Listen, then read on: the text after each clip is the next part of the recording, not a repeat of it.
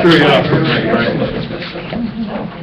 I pledge allegiance to the flag of the United States of America and to the republic for which it stands, one nation, under God, indivisible, with liberty and justice for all.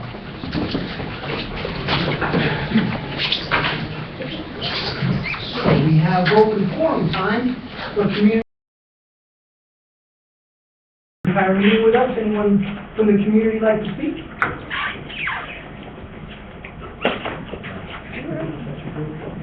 A broad sense, right? Great. Agenda changes. How would you like to do this? I'm not privy to them. One. Is that it? Did I get an email about that? I did not. So we've got a budget calendar that we have to adopt, or we just want to make everybody aware of it? It's in relationship to the Changes? board changes, yeah. Excellent. Okay, so we'll bring that up, we'll be sure to discuss that at the same time. We just speak on this the wrong way. Hilliard. Michael, you're going to run this? A little bit, then I'll turn it over to the guys. Excellent. Thanks for the opportunity to bring this to you tonight. Basically, about 8-10 weeks ago, we decided to embark on an assessment of our custodial and cleaning operation here in Trumansburg. Just want to let you know that this does not include any part of the maintenance component of the O&M department, only the custodial and cleaning. We've been fortunate enough to partner with Hilliard, and I have 3 of them with us here tonight. Mr. Jay Jones, who is going to be leading the presentation. Don Malema, who's been in it since the very beginning, helping us collect the data and putting this presentation together. And Chris Smith, who will be our on-site representative moving forward with any implementation of any of our new policies and procedures. And we'll get to that in just a second. Our initial task was to bring you a baseline of what it is Trumansburg looks like. And in a nutshell, that's what we're actually cleaning and who's doing it. We had to break it down to get to a point where we could make some decisions about moving forward. So what you'll see is the data that we've collected regarding the facilities, regarding our staff, regarding equipment. You'll see a comparison between Trumansburg and industry standards and other New York State schools, and then you'll have an opportunity for questions and answers at the end. So with that, I'll turn it over to Jay and Don, and we'll go from there. Great. Thank you. Hello, everybody, on this nice warm night in Trumansburg. So you all have complete handouts of the presentation. Yes. So we just got this, right, so you're going to give us a little time to Well, digest this. it'll follow right along with it.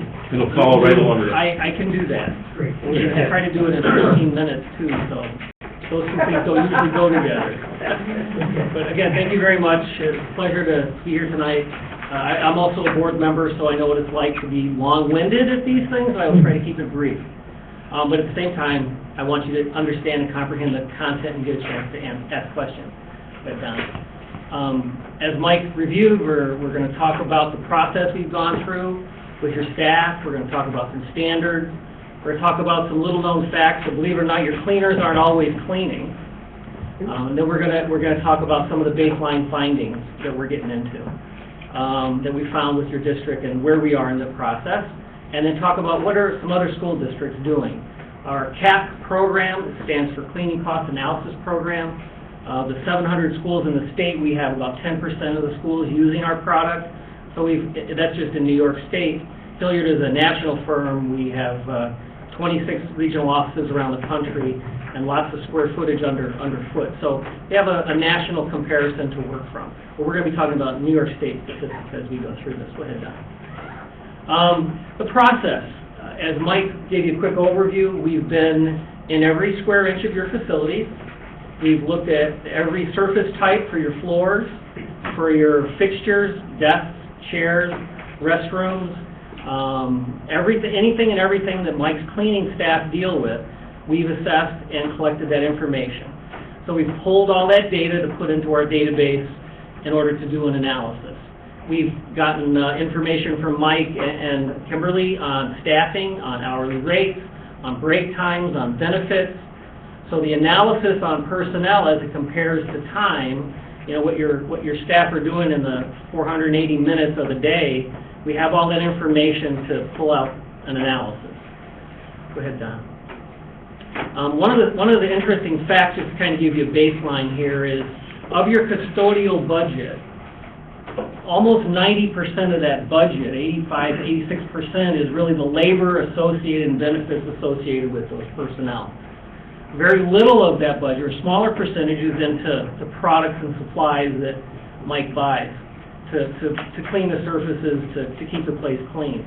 So when you're looking at optimizing performance, which was what we've come in here to help Trumansburg do, if we can optimize that and make it as efficient as possible, that allows you to do do well with what you're spending your money on for labor of your people. And also so that their tasks are done in an efficient manner, so it's not frustrating for them. Go ahead, Don. We're bringing a lot of millions of square feet together in this analysis that we do. Again, we've been all over the country doing this.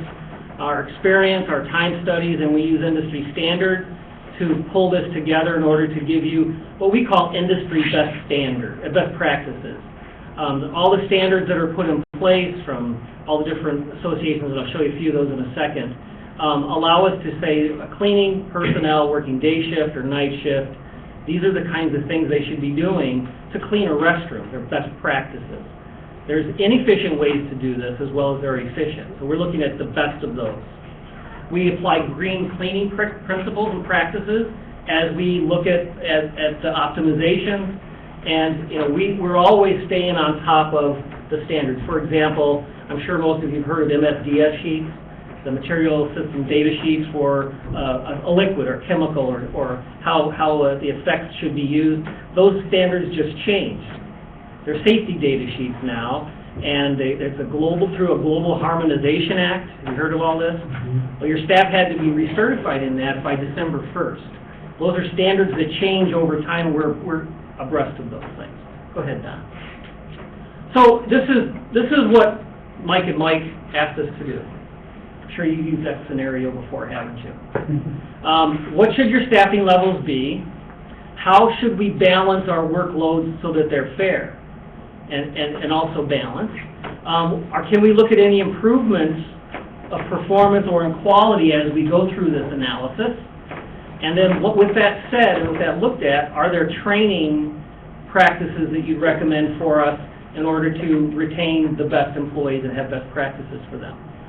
With that in place, is there an improvement plan? So assuming that we look at your practices today and there's a little bit of a change that we'd recommend, if not, then we'd say there's no change we'd recommend. If there is a change, is there an improvement plan on how we can move that process forward, whether it's training or some kind of recertification for your staff? And then no implementation would be effective if you didn't have a way to continuously monitor and measure that you're doing what you said you were going to do. So we'll look at a quality control process as we go through this. Go ahead, Don. This is the 5-step process that we're going to take your folks through. Really, there's only 3 of importance, and we're at step 1. Like Mike said, we're starting. We wanted to get in front of the board and share with you where we are right now so you can have your arms around it. I know it's budget season. I know that it's another fiscally tough year for us all. So we wanted to have all this information in front of you, and so you could look at this as you're putting your budgets together and planning and setting goals. So we're going to talk tonight about the benchmarking process, what we've done to determine your levels of clean, and really just get our arms around your operation so you see where you are today. In the future, we'll come back and we'll present more to you as time goes on. So go ahead, Don. Standards. We talked about that a little bit. What are the standards for clean? In every business practice, there are standards, and ours is no different. The International Sanitary Supply Association, go ahead, Don, has, and as well as the APPA, have standards for clean. They're slightly different, but for the most part, they're the same. And this slide shows you the different levels from 1 to 5, 1 being, I'll say, hospital grade, and 5 being, you're not doing so much cleaning. Everywhere in between. So in the schools, what the standard is across the country and in colleges is 3.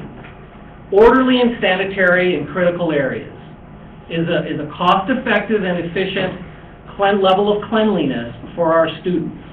If you look at the APPA standards, now there is a handout after the PowerPoint. Go ahead, Don. This handout is a little bit hard to read here, so I gave you a handout for this because I think it's an important one to recognize and understand. This is very similar to the practices that Mike's been using for years here at Trumansburg. And you can see a little more granularity as to the definitions. So, as I mentioned, 5 by APPA standards is unacceptable, and we would all agree with that. 1 is the highest level of cleanliness you can get. And when you look at the definitions of 3, it really does meet the standards of what we want to have our children in as we're educating them. In addition to the standards that the country uses, and actually are used around the world, the good old state of New York's Comptroller's Office has put their 2 cents worth into this. I should not say it that sarcastically. Go ahead. But one of my board members won't let me say the comptroller's name, in a room, he gets upset. That and the governor's. But if you go to the next slide down, please. Excuse me for a second. Sure. What are the percentage of districts what are the percentage of schools, what are the percentage of any place that maintains a 1? Hospitals. Hospital. Hospital. That's a hospital. Right? You've heard of JCO. They do hospital inspections for cleanliness and making sure that they're following the standards associated with healthcare industry. And so what would be what are level 2 people? It could be a nursing home. It could be somewhere underneath there. The industry standards from 1 to 3 to 4, 2, 3 to 4, they vary. Because at different times, depending upon the month, for example, this month is a very difficult month to keep clean. So during the day, there are times when your buildings aren't to a level 3 or a level 2, they're a level 4. Just because the kids have just come back in from somewhere, the buses came. So, as far as industries, I can only give you one as far as 1. Don, do you have any examples of a 2? No, I think probably what you said is appropriate. Yeah. Don was a facilities director for 25 years, 30 years in the upstate New York area, around Rochester. Sure. Thank you. Sure. But as far as schools, K-12, Frank, level 3 is the standards from which we all work. Okay. There are times when it's cleaner, like when at the end of the second shift tonight, it'll be close to a level 2. When the kids come in, it varies. That's why you have day cleaners, right? The night cleaners. And night cleaners. So what the Comptroller's Office is, just for a little bit of a digression, but also so you understand, there's all these unfunded mandates, and the Comptroller's Office is doing audits on everything. Well, they're also auditing, believe it or not, the custodial staff ratio to your square footage. It seems very bizarre, but they are doing that. Basically what they say is, if you look at those standards in the deeper level, the APPA standards, that one cleaner can clean up to 30,000 square foot on average a day or a night. Right? So with that said, you divide the number of custodians, and please don't write this formula down because it is very misleading. But I know you got your pens out. So 1 custodian for 30,000 square feet. Well, if you do the math on that, it's very difficult to do a real analogy because maybe that would be the case if all square footages were the same. But as you know, when you go from this building to the elementary school, there's a level of detail that exists in the elementary school that isn't in this building. And what is it? Bathrooms in the kindergarten classrooms, right? They take a lot longer to clean than a traditional classroom. There's a higher level of cleanliness because little guys have more germs on them. So you can't just do a quick math on that. But what the comptroller's saying is that if your ratio is different than that you have a potential savings to the district by changing your workforce for your custodial staff to equal that. And when they come back, if you can't show them what it says there, develop a comprehensive performance measures and how you establish that, they could ask you to reduce your workforce to equal that. Well, that's really not the right way you should do this. So in preparation for today, we'll show you how that analysis is done, and you'll have a very comprehensive measurement that you can use to the comptroller and say, this is why we have X number of staff, and here's what they're doing. It'll be very analytical. Does that make sense? Any questions on that? Go ahead, Don. Okay, so I've talked about non-cleaning time, and the name kind of doesn't do it justice. Your cleaners are always cleaning, but they're helping in other ways. I mean, school districts are very customer-centric for parent standpoint, the faculty, and the students. And when something happens during the day or the night, your custodians and your maintenance staff are often the first line of defense for getting something cleaned up. Whether it's snow in the hallways, ice mess, whether it's a spill of some sort from bodily fluids to just a spill in the cafeteria, they're your first line of defense. They're doing all kinds of things. One of my past retired fire chiefs was one of our custodians at our school, and he emphasized this almost every time I saw him. I'm doing way more than you're paying me for. I'm doing all this other cleaning stuff. Well, that's what you're there for, is to help us do these things. But if you look at some of these things from stocking different supplies from here to there, snow plowing, graffiti removal, emergency cleanups, vandalism cleanups, cafeteria duty, groundskeeping. There's a lot. Opening, unlocking doors, holding doors, helping someone carry something to their car. I mean, there's a lot of interruptions during the day, much less at night, but then at night you have your athletics going on. You have your community groups, right? Our schools are the center point of our communities these days. There's a lot going on here that demands some of our staff time and attention, and we want that to happen. So non-cleaning time gets factored into this. So you have the square footage and the stuff in the rooms, the fixtures.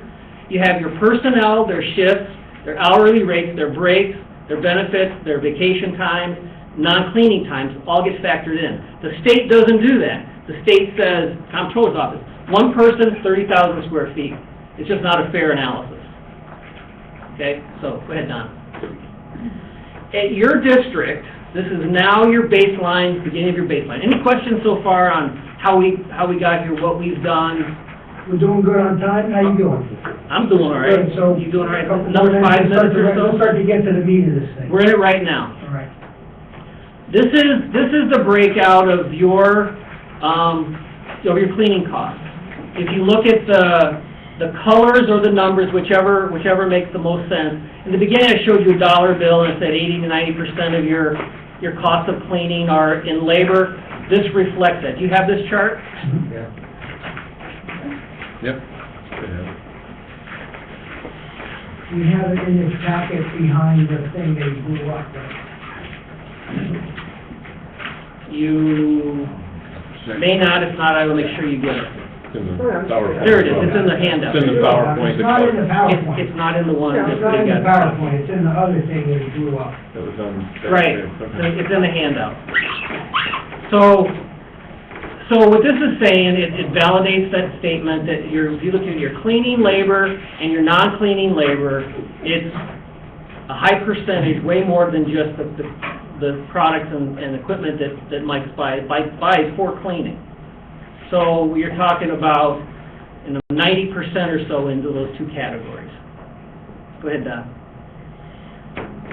You do have a handout for this.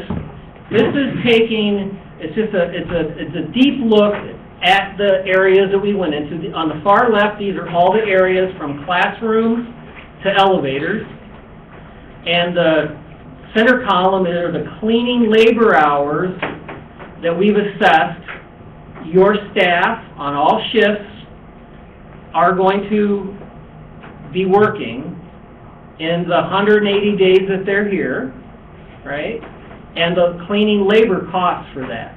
And what we did is we sorted this by the highest cost, in other words, the most clean time to the least. So your elevators get cleaned the least. And you look at the top 25% of that, it goes right down to single restrooms. Now that would be one of your elementary classrooms that would have that kind of a restroom configuration. The top 25% are the obvious ones: classrooms, your multiple gang restrooms, your hallways, your labs, your locker rooms, your gym, your library, cafeteria. That's that top part.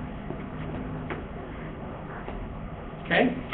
Getting another way to look at this information. Go ahead, Don. This is the fixtures breakout. Remember I told you we went through every room, collected all the square footage and all that. The next handout is all the fixtures in the district. So we know where your what your urinals are, we know what classroom has desks, has tables, has dispensers, has soap, has tables, hand dryers versus smart boards. We have every asset collected. I don't know if that was helpful to you, Kim, the other day when you were looking at that. Maybe yes, maybe no. Don't we have this from the capital assessments we have financially done? No. Well, Well- we have it from our fixed asset Fixed inventory, asset but he inventory. provided it in a different format the other day. Right. Moving on. This is just a breakout of the elementary school room. I'm not going to get any deeper in the data. I could drill into a wing, into a room, and show you all that stuff, but I think you know what those classrooms are configured like. But notice that the toilets, just in the elementary school, there's 40 toilets. That takes time to clean. Those are things that we're factoring into this. Look at the glass. About halfway down, that's a lot of glass that has to be cleaned, or not cleaned, depending upon how you want to break out your labor. Go ahead, Don. To the bottom line. Now again, remember, we're just showing you a moment in time. We're showing you where we are today in the beginning. The highlighted parts are important at the top. This is a baseline 5-day per week cleaning on a level 3 model. By the way, this is not what is being done here right now. This is taking and comparing you to the state of New York, your 70 peers out there doing this, that we have data on and around the country. This is a level 3 cleaning 5 days a week. If I may add? Sure. This is where we were last year before the most recent staff reductions. We were at 5-day per week level 3. Right. That's why we tried to use this as a baseline. And notice also, for those of you that know the exact number of square feet your district has, I highlighted the total square feet because this is the cleanable suite. This is the cleanable square feet. So typically we think of the gross square feet. Our architects are always talking to us about the gross square feet. This is a little different because we're not cleaning the outside walls and then everything in between. Don't clean boiler rooms, storerooms, things like that. So your annual labor costs, your annual cleaning costs, and then, again, your current staff, although Mike did share with you this, last year's was you were doing a 5-year model. This year you have 10 staff. And what this analysis says, to be the level 3, you need 15.8, all things being equal. Now, by no means are we at a point where we're saying you need to hire 5 people, 6 people. That's not what we're saying. We're saying that with the practices that are in place, comparing yourselves to the state, if that's what you were, and your practices you'll see in the next slide are different. This is where you would be staffing-wise, to be apples and apples. Go to the next slide now. So, You're doing well. We're doing better. well, This is what we're doing right You're now. getting, we have 10 people, and we're doing the work of 15.8. This is what This we're is actually where we doing. are right now, This is where we are actually. today. So what we did was we said, Don and I scratched our heads because you're already in a creative mode with your cleaning practices here. So Don and I looked at this and we said, all right, you're an alternate day cleaning, so your square footage is the same, but if you look at sitting down with Mike, he showed us they're called runs, the shifts in which and the locations in which your staff are cleaning on those odd and even days, 2 days a week, 3 days a week. We factored that into this and show that your staffing, based on this level 3 cleaning, you'd be, an alternate day, you'd be at 13 and a half. And again, so the baseline that Hilliard is saying right now is, because of the cleaning practices and improvement Mike's already made, you're not short 5.8, you're short 3.5 today, but we haven't done any best practice stuff yet. And just to share it as a little digression, this isn't typically where we come to a school board and talk. Usually we come when we have the answer to where you should be. So I don't want to confuse you by any way saying that Hilliard's saying you need to hire 3.5 people to be at level 3. We're not saying that. Now what we need to do is sit down with Mike and say, okay, best practices, let's look at this with Chris's input. How can we do things better, differently? Is there training that's required? Is there movement of personnel from building to building required? And we will now start to do the optimization. This is just your as-is condition, comparatively speaking with schools across the state. Go to the next slide, Don. Hold on. Sure. Can you differentiate the recommended daily FTEs from the recommended annual FTEs? Oh, yes. Because it only The says- programmers in Missouri felt that we should divide the number of square footage in the algorithm to show if these people worked all day long and had the same square feet, this is what all year long, 365 days, this is where your staffing level would be. That number we want to see taken off the reports, to be honest with That's you. the annual FTE? Annual FTE. Right, so if they work 12 months a year cleaning the same classroom just like they are today, while school's in session, they're saying you'd need 9.63. But It's a confusing number for Right. us in schools, because our staff don't do that. the recommended daily is based on 260 days is what they actually work, because during the summer, we're not cleaning classrooms, we're doing the global cleaning tasks. So why do you need more people to clean less? Because it's constantly getting dirty, it's constant turnover. You want to finish and then we ask questions, because Yeah. we're 6:30 now, so. Yep. Sure, go ahead. Let's get John, this go to wrapped the up next and then slide. we get some questions. This is just showing, one of the questions we were asked, is, what are other schools doing? These are the schools that we're working with across the state. What they're doing is they're working at a level 3 at a minimum. They're working with us on best practice application, run and zone balancing, and training. That's part of what we do as part of the services we offer, is we have an awful lot of training. I handed out a brochure that shows you some of the stuff that you can read in your leisure. Go ahead, Don. So where we are now, like I just shared with you, Don, go ahead. We've done the benchmarking stage, that's complete, and now the next step is to look at the optimization, find ways to improve cleanliness without increasing your budget costs. So we're going to look at adjusting runs, applying best practices. An example of a best practice, perhaps. You've all seen string mops, right? You put them in the bucket, you roll them out. The minute you take it, clean something, put it back in the bucket, the next time you use it, you contaminate it. There's better practices for doing that. One, that are safer and cleaner. Two, that are more efficient from a time standpoint. There's a flat mop, it's a microfiber mop, that has different widths and a better level of cleanliness, and there's a mopping sequence of buckets from rinse to chemical that you can use to improve your system. A system like that costs money to buy, but you don't buy string mops anymore, so it's budget neutral, and it improves the efficiency because your people are doing things in a faster pace, and while still being cleaner. So there's practices like, that's just an example, there's a bazillion others. Some backpack vacs are good for moving efficiently. You're not pulling cords because some of them run on batteries. So there's best practices we can look at. Okay. Great. Questions? I have any questions? I have any questions. Let's get questions from the board. I'll wait till the Gary. optimization report. Everybody looked at you. I know. I thought that was like, questions from the board, Gary. Questions about anything you think? Not from you guys. I imagine, I'm assuming you had some of your questions answered. Okay. So what you've done is an analysis right now. That's correct.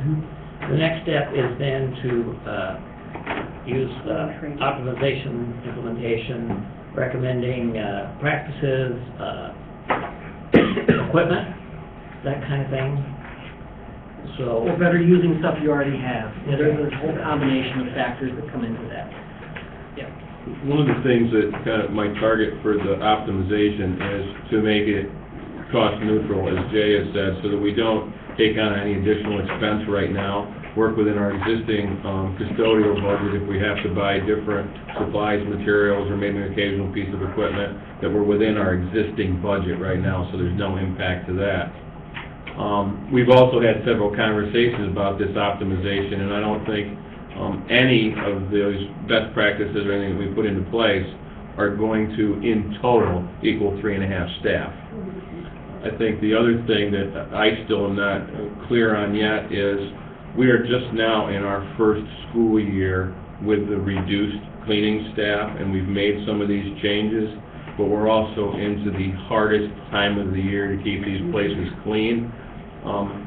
I don't know how it's going to look and how it's going to hold up. Right now, we're trying some different things, and I think it's going well so far, but as we get deeper into the winter months and, you know, things start to come into the building more frequently, then it's going to be tougher for us to stay on top of it. So I think, though Jay didn't say it, I think that we probably are going to be pushing more towards the level 4 type of cleanliness, and we're just going to have to squeeze as much out of the optimizations as we can to get to the best possible place for our cleaning.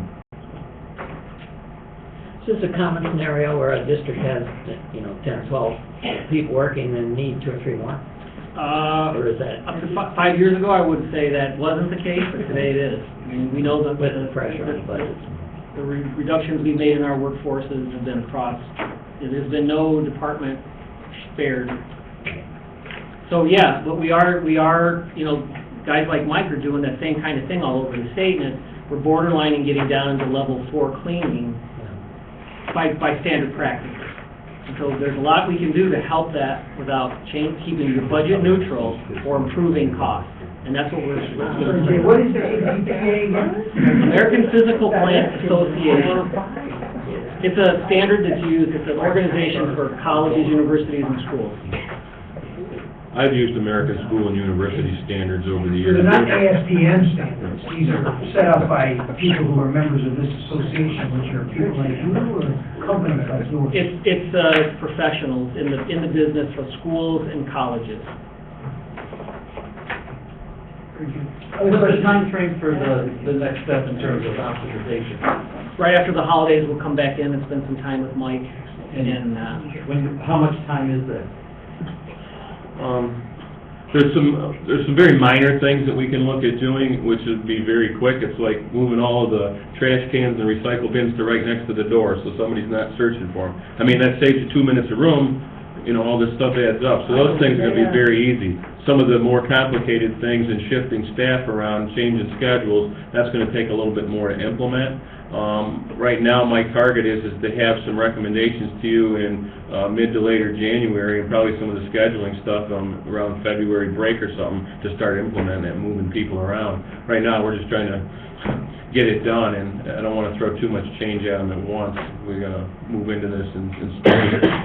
So, Mike, you think it'll be in time for this, any of this will be germane to the January 27th board meeting when we talk about your budget? It is not our intent to bring any staffing recommendations to you for the budget. Okay, you're talking about staffing recommendations. Right. When you have, because it says present O&M stuff, and I'm wondering. Right. As far as the O&M budget is concerned, Kimberly and I are already working on that. We don't anticipate any changes in staff at this point. Okay? But this information will inform that process. Yes. You're gonna have that information when you show up. Yes. we'll work as fast as Mike and Mike need us to, or between now and the next board meeting, and we'll be on time with the recommendations the superintendent wants to make. We'll be here when we're asked to be here the next time, whenever that is. How do you judge your success in terms of your recommendations to school districts?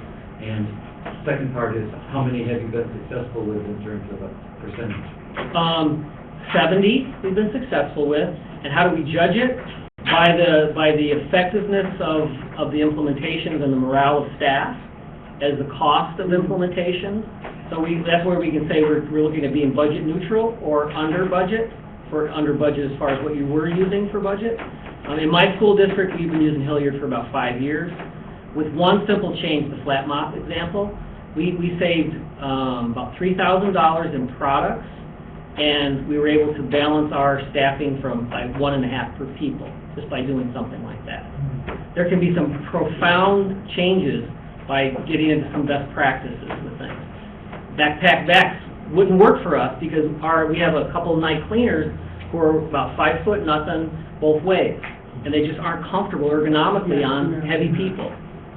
So that wouldn't work. So we went to wider vacuum cleaners. They give you more cleaning. You know, it's just a math thing. But that's how we've been able to do that. Great question. One quick question. Sure. I noticed that the standard, there's nothing here that has anything to do with infection control. Is that something that you are responsible for, or is it that's article somewhere else? With what? Infection control. It's all part of our standard cleaning It's all practices. part of the standard cleaning Okay, practice. As well as grain isn't part of that either. Right, so you don't have to adhere to any of the CDC stuff. CDC, no. There's standard procedures for infectious disease and bloodborne pathogens. That's part of their annual training and it's part of their daily procedures that they utilize every day. And the products are aligned with those procedures. They do it every day. Thanks very much, Bill. You're Look welcome. forward to the optimization. Well done, Mike. Thanks. Yep. Thank you. Go right to me. Okay, so let's, Ian, informed me there's no correspondence unless the board has any they'd like to speak of. Okay, Michael, administrator's report. I think we continue to prepare for the budget season, and we've taken a lot of numbers to talk about that. And the other major focus is our work with curriculum instruction, which is focused on the Common Core. To that end, I'll say a little bit that because Sarah and Jeannie are not here, both of the illnesses in the family, our elementary school, well, I'll back up. December 4th, we had our first half day early release. A lot of it was focused on the Common Core. We have a good working relationship with BOCES and professional development, and we had those folks out here, and the entire afternoon was focused on either the Common Core, I think a little bit of ICAD, mini things at our high schools. John can talk about that. And then at our elementary school, the afternoon was focused on math and preparing what turned out to be December 5th curriculum night. And the staff, many staff volunteered to come and be present that night. And after a whole group presentation to about 40 to 50 parents we counted, then there was individual presentations in classrooms. I looked at a couple of those. From what I heard, our teachers are very well versed on what the Common Core is and how parents can help. The parents that were there, how they can help their students with homework and help understand things like number bonds and these math concepts that I continue to hear are helping our students learn math better. So with that, I'd like to give it over to Cisco to talk about Common Core, and John is ready to talk about some Common Core, and then just a couple of other things that are happening out of high school. So Mike, having not seen any, really, I hear parents talking, letters going back and forth. Is it that drastic of a change at elementary math that parents are unable to help their students? Oh, yeah. I think it's very different. I think it's very different from how we all learned math.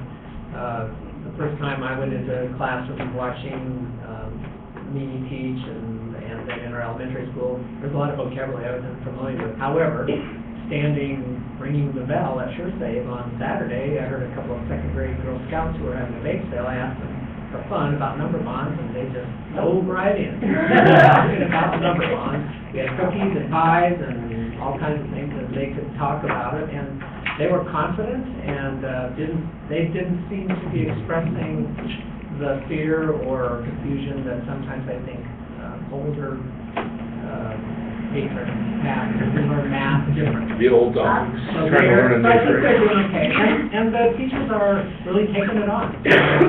And I continue to hear stories of students who seem to know math better than they ever did before. I don't know how else to say it, they can do it. That's encouraging. And I think second graders. I had more concern. And now she says, leave me alone, I got it. Yeah. I was at the Probably a lot of curriculum night. That's the end of the I watched the presentations by Allison Stitz, as well as Sarah, and I have to tell you that not only is it, I mean, the sort of way you talk to the parents and the language that they use really look foreign to me. I don't have kids in elementary school any longer, and just the way they talk about it seems very different to me. I was a little bit lost, but I can tell you that the parents that I saw there really seem to want to dig their teeth right into it, and I don't think it's a matter of, well, we can't help them get the answer. It's the process by which we bring them to a solution to a particular issue is where everybody gets screwed up. Anybody can teach a kid how to 2 times 2 is 3. I think it's this idea of relationships, this broader conceptualization, that I think a lot of people are struggling with, and I saw that curriculum. At least that's my sense. I think something that might be good is if you bring this type of discussion to the community as a whole, because even among my friends in the high school, people talk about it, but they don't really know what they're talking about. Right. So bringing this to people at large would probably really help get everybody on Well, we're board. fostering that conversation. That's what the curriculum night was for in the elementary school. There was the iPad night, which is a different form of talking about learning. There, you know, Cisco, Talks all the he time. talks all the time. I'm sorry. Yeah, That's, but I think Cisco can add on. Yeah, please do. What is happening in middle school, what's the conversation about professional development? Well, there's been a significant shift, I think, in terms of how people view the Common Core and the modules. And when I say people, I mean teachers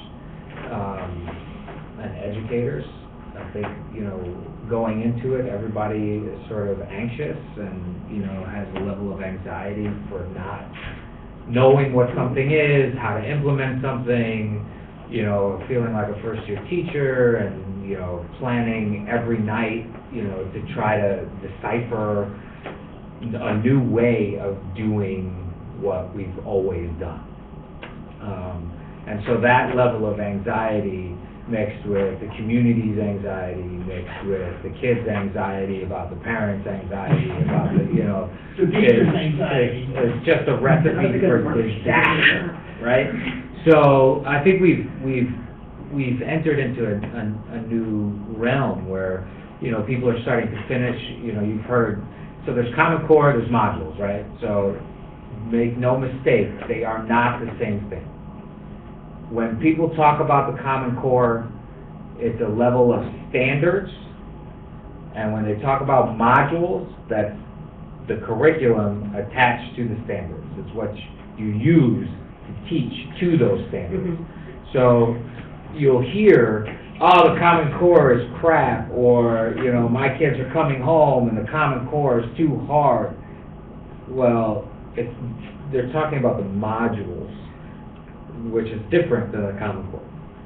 So that being said, once we've parceled that out, we're seeing that we've reached a level where teachers are now asking for more modules. You know, we committed to doing one in its entirety. We said, you know what, it's already tough. You haven't really had time to, you know, expose yourself to it. So we're going to commit to one for you. They say, give me more. I want to teach the next module. I want to do more because it's working. What I'm seeing is that kids are reading at a different level, with a different type of intensity. Yes, it's crazy to spend months and months on one book, and that part is a little maddening. But as with every part of implementing new curriculum, you need to take time to be able to say, well, you know what, I'm not going to take 3 months on that, I'll take 2 months on that. And that freedom to do that is in there, but it's feeling like you can, because you understand it, you know where it's going, et cetera, and so forth. So, what we're seeing is that it took some time to get going. You know, people, it was like, oh, we're doing this again, and this is happening again. The math is very different than the ELA, so conversations around math, you'll hear, I don't know how to do that, I don't know why they're doing that, I don't understand, it doesn't make sense. They spend, you know, a little bit of time on one skill, and then they move on, and then they never revisit it. And part of that discussion is about understanding math in its entirety. So you get tons of exposure. You're like, oh, wow, look at, so this is one way to do it, and here's another way to do it, and here's another way to do it. How do you like to do it? So when they reach a problem, they can say, I have all of these different tools that I can pick from and draw from, because I really understand what that says. And we're seeing that with kids. We're also seeing a level of how do we teach kids to sort of persevere through some of that? Because it's a lot. It's a shift in thinking, it's a shift in how long you spend with a problem, how many steps you take with a problem, looking at a teacher and going, I don't know what I'm doing. And the teacher going, figure it out. Because you have this skill, this skill, this skill, this skill to do it. And that's a hard thing for students to do. Students are adept at getting around everything. We know kids. I was a kid. I looked at the teacher. I said, so I'm thinking the answer's 4. And the teacher would go, are you sure? And I go, 5? Right? And they use different skills to get around some of that stuff. Really good teachers are good at pulling that out of the student without that sort of like, well, are you sure about that? You know? And now the kid is being expected to do it themselves. There's a lot of steps that go into it. They're multi-step problems. It's very deep, but it's also very rich. It's very rich. So we're running into some time things. There are some time elements that we're trying to work out. How do we cover the curriculum? Those discussions are happening at professional development days. They're happening, on a personal level between the teachers, and as they try to sort of balance moving through the curriculum and also delivering it with integrity. My gut sense is that from a board perspective, I think what we're seeing is just we're going through a major transition in the way we do business. I mean, and in any transition, there's going to be, hopefully, it sounds like, you're learning things along the way, strategizing on the fly, modeling, learning for kids who need to learn. So I like, and it sounds like, everybody's learning, from you guys to the teachers, and then if you have that learning community, then if the kids are challenged and have the skills, then they'll engage in that whole learning process. Cisco, are you under the impression that you're getting buy-in from both students and teachers at a level like greater than what you thought you would be at this point with all the changes going on? Or I've never really doubted the students at all. I never doubt students, because students really are more capable of doing things that we never really expect them to do. We give them stuff and they do it. That's the nature of the beast. The nature since they were in kindergarten. We've been saying the same thing. I was telling Michael this. You give it to them, they do it. You give it to them, they do it. We change things, they do it. They don't go, oh my God, it's kind of cool. They don't, right? They don't care. That's true, though, because what we've heard early on, or at least I've heard some of you speak of, Jeannie especially, is that some of the kids who struggled learning subjects are now grasping them because they're being presented. Yeah, but they don't know why. Right, and I think what you're talking about is the capacity that, No, they're happy. happy. I don't know. They don't care. I don't know. They're like, this is great, sure, whatever. Well, it's a lot more fun, because when they get contaminated by educational philosophy. They don't care. And if their parents can't get The along, jargon- they'll be happier. The jargon in the Glad you don't get it. The jargon in the council lies with the adults. It's us who have problems. Oh, we have with to change. drown It's us who have Easy on us, problems. we're old now. It's, So, it's, what else you got? I'm the same way. I'm like, oh, they're gonna change the whole thing, now I gotta tell people they gotta change the whole, that's a hard thing to do. I'm okay changing, but not everybody is, and when you have to change everything at once, that's a very scary prospect. So the reaction was perfectly warranted. This is not a system that's used to operating off balance. And I think we've been over this pretty much. I think while the budgets were going crazy, what was always there was they always had this comfortable place where they closed the doors and went in their rooms and everybody was happy. And now that place, as you described so aptly, seems to be filled with anxiety for many people. Not all, but many people anyway. So do you have anything else to add? Could I? Yes, Could I? I- Thank you. I just wanted to point out another way of differentiating between Common Core and the modules, and that is Common Core is basically federal. I mean, that's statewide. The modules are New York State, period, end of story. We have our own group working on them, writing them up. So, So the modules. they are quite New York unique. State Education. That's right. Do we pay for them? I'm really capitalized, but I don't think, they're coming right through both these. That's- Sarah spent a fair amount of time in Albany Yeah. evaluating these Yeah. modules, to my understanding. Well, and also being trained, yeah.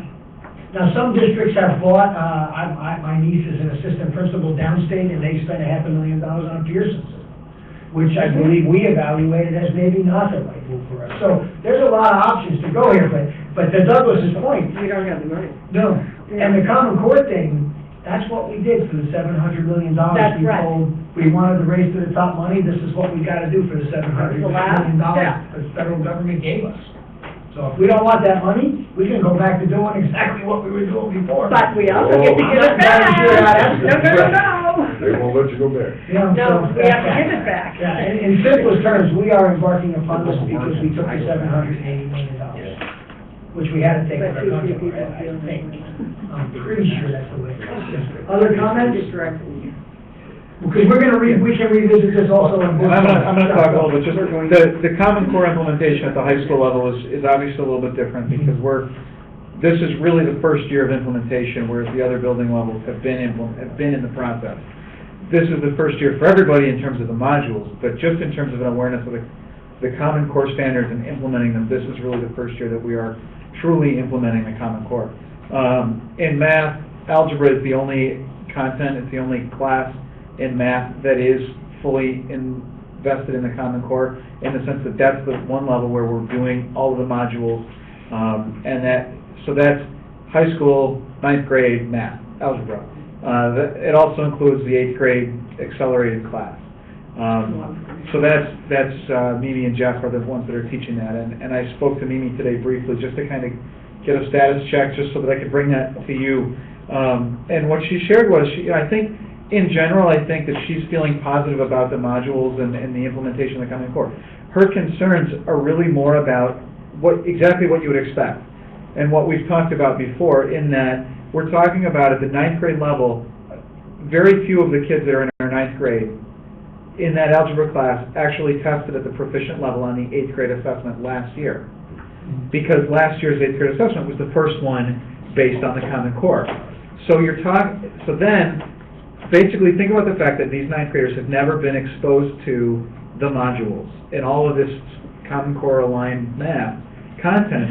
So if you haven't had K-8, and now we're just going to do 9th grade, and we're jumping in full tilt, it's a real challenge. And she said, it is a struggle. The kids that are in 8th grade doing algebra are not struggling as much, and so there's a gap in terms of how far into the modules they are. But she really said a lot of the reason for them being behind the 8th graders is because she's doing so much supplemental instruction. She has to bring in things because to cover the gaps that these kids just haven't been exposed to. She also shared just one of the concerns, and it's something for me to think about and also think about logistically, is just that the lessons are designed for slightly longer than a 40-minute period, and our class periods are 40 minutes. So she's really squeezing every minute out of that 40-minute lesson to get everything in, and this is where the creativity comes into play, of trying to get it all in 40 minutes. So overall, in terms of math, I think it's something that we have to wait and see, and I'm sure that as kids, so next year's 9th graders will have had one more year of they'll have done the 8th grade modules, so they'll be in a better spot when they get to 9th grade. Next year, we begin implementing the geometry modules, and there are some modules for Algebra 2 and Trig, but again, it's phased implementation, so the assessments for us this year will be the first year with the there's the Algebra Regents exam, but there's also a Common Core aligned algebra exam. So we're actually going to be able to give both of those, so that our kids will have a choice as to which one they want to use in their transcript. But it gives our staff a year to sort of digest, okay, this is what the Common Core aligned assessment will look like, and we still have the traditional Regents exam to do. The same thing actually applies in English. So this year, our 11th graders will be able, they're going to actually take 2 exams. One will be the Common Core Aligned English exam, and then they will also take a traditional Regents exam. Yes, we're just creating fun for our 11th grade. But the way that the phase-in of the ELA Common Core standards at the high school level is such that this year's 9th graders will be the first students that must take that Common Core Aligned exam when they get to 11th grade.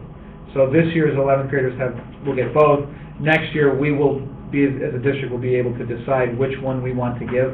And then when the 9th graders get to 11th grade, we will have to utilize the new Common Core Aligned exam.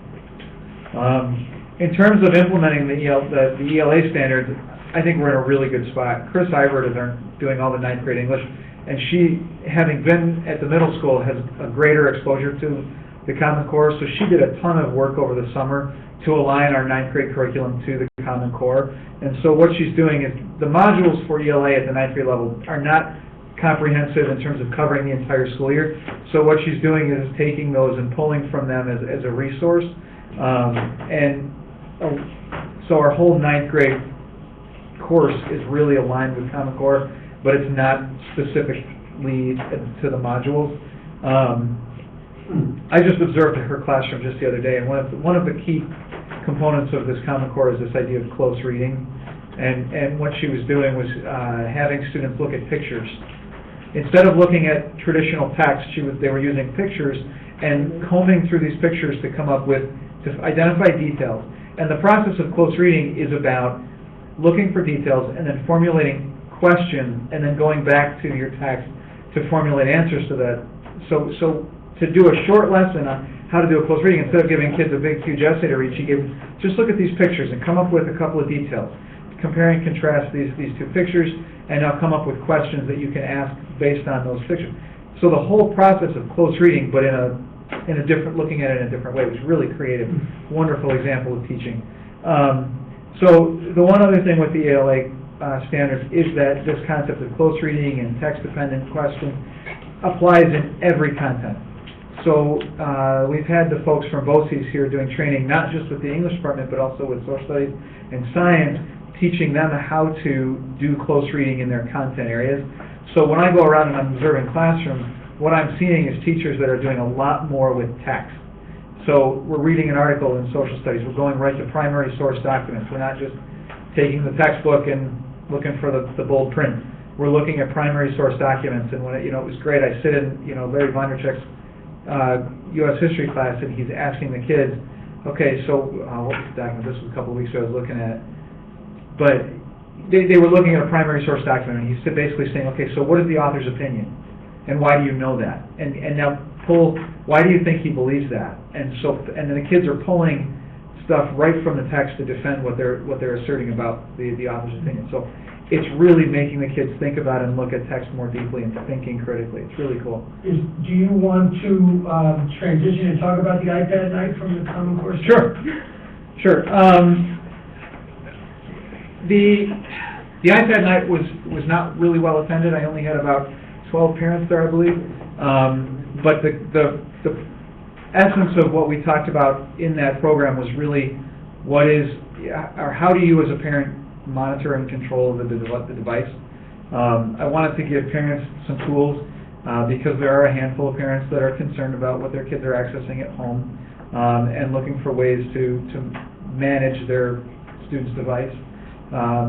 So because we weren't able to get a lot of folks there, we did create, Jason Clark created a video that we put a link to on the high school's webpage that details exactly the process to go in and put in parental restrictions on the devices, because that seemed to be a need.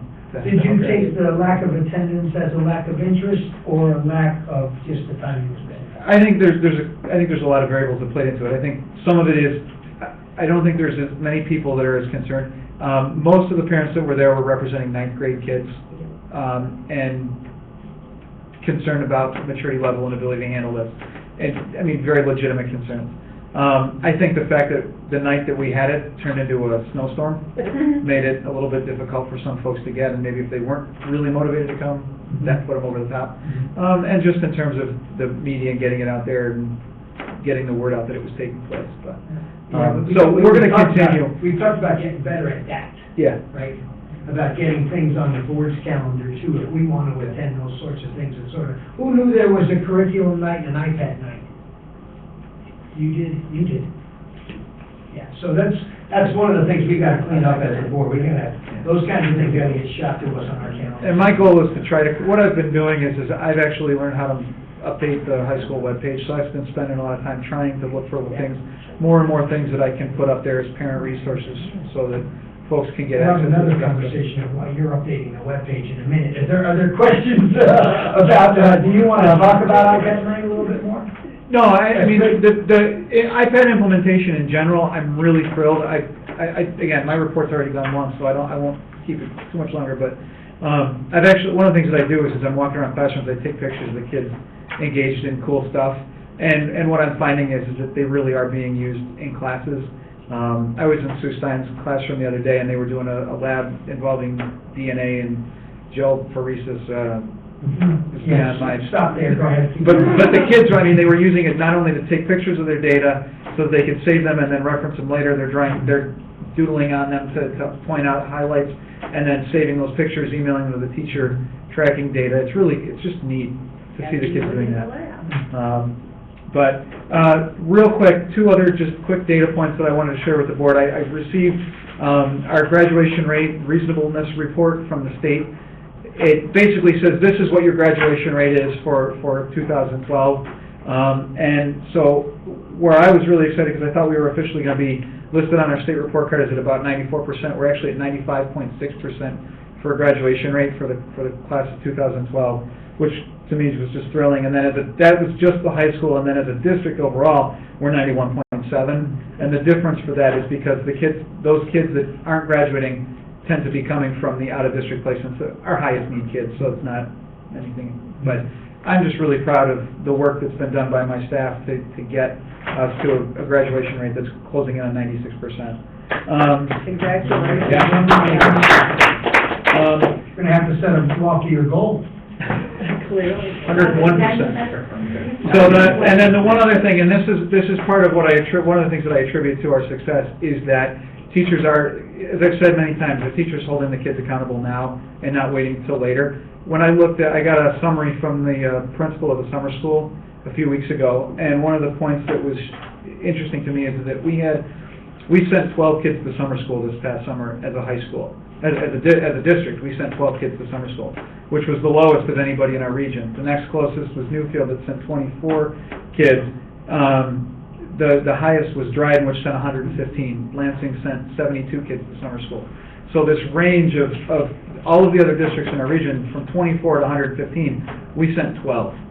And that is very telling to me in terms of kids being held accountable, getting their work done, getting passing grades, not just because we gave it to them, because they passed the classes, and then those who aren't successful on Regents exams, we're utilizing that learning center and utilizing that for credit recovery during the school year. So we keep kids engaged during the year and don't let them just stop trying. And So are you saying that all those kids that go to summer school, it's always remedial help? Not 100%, no. Is Some it kids, close? it's pretty much, yeah. Okay. 99.9, Okay, yeah. okay. Most of the kids So it is that, so you're saying, I want to make sure I heard you right. We send 12 people. Yeah. Dryden says over 100. Mm-hmm. You said Lansing says over 70. 72 kids. And I want to make sure I understand. Are you suggesting that our investment in the Learning Center is primarily responsible for that? I would say it's a philosophy that our staff has really worked on over the last few years.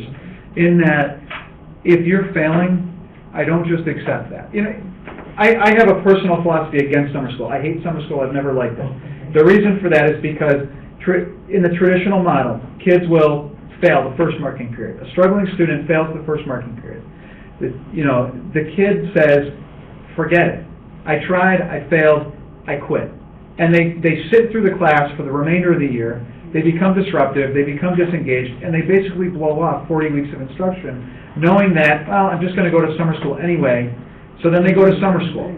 And then when they spend 6 weeks in summer school doing what is intended to make up for 40 weeks of instruction, because of the nature of the beast of summer school, you've got a whole slew of very difficult kids, and the teachers do their very best, and I know that we have a lot of very good teachers that that work in our summer school program, but what happens is that they're under pressure to get these kids passing grades.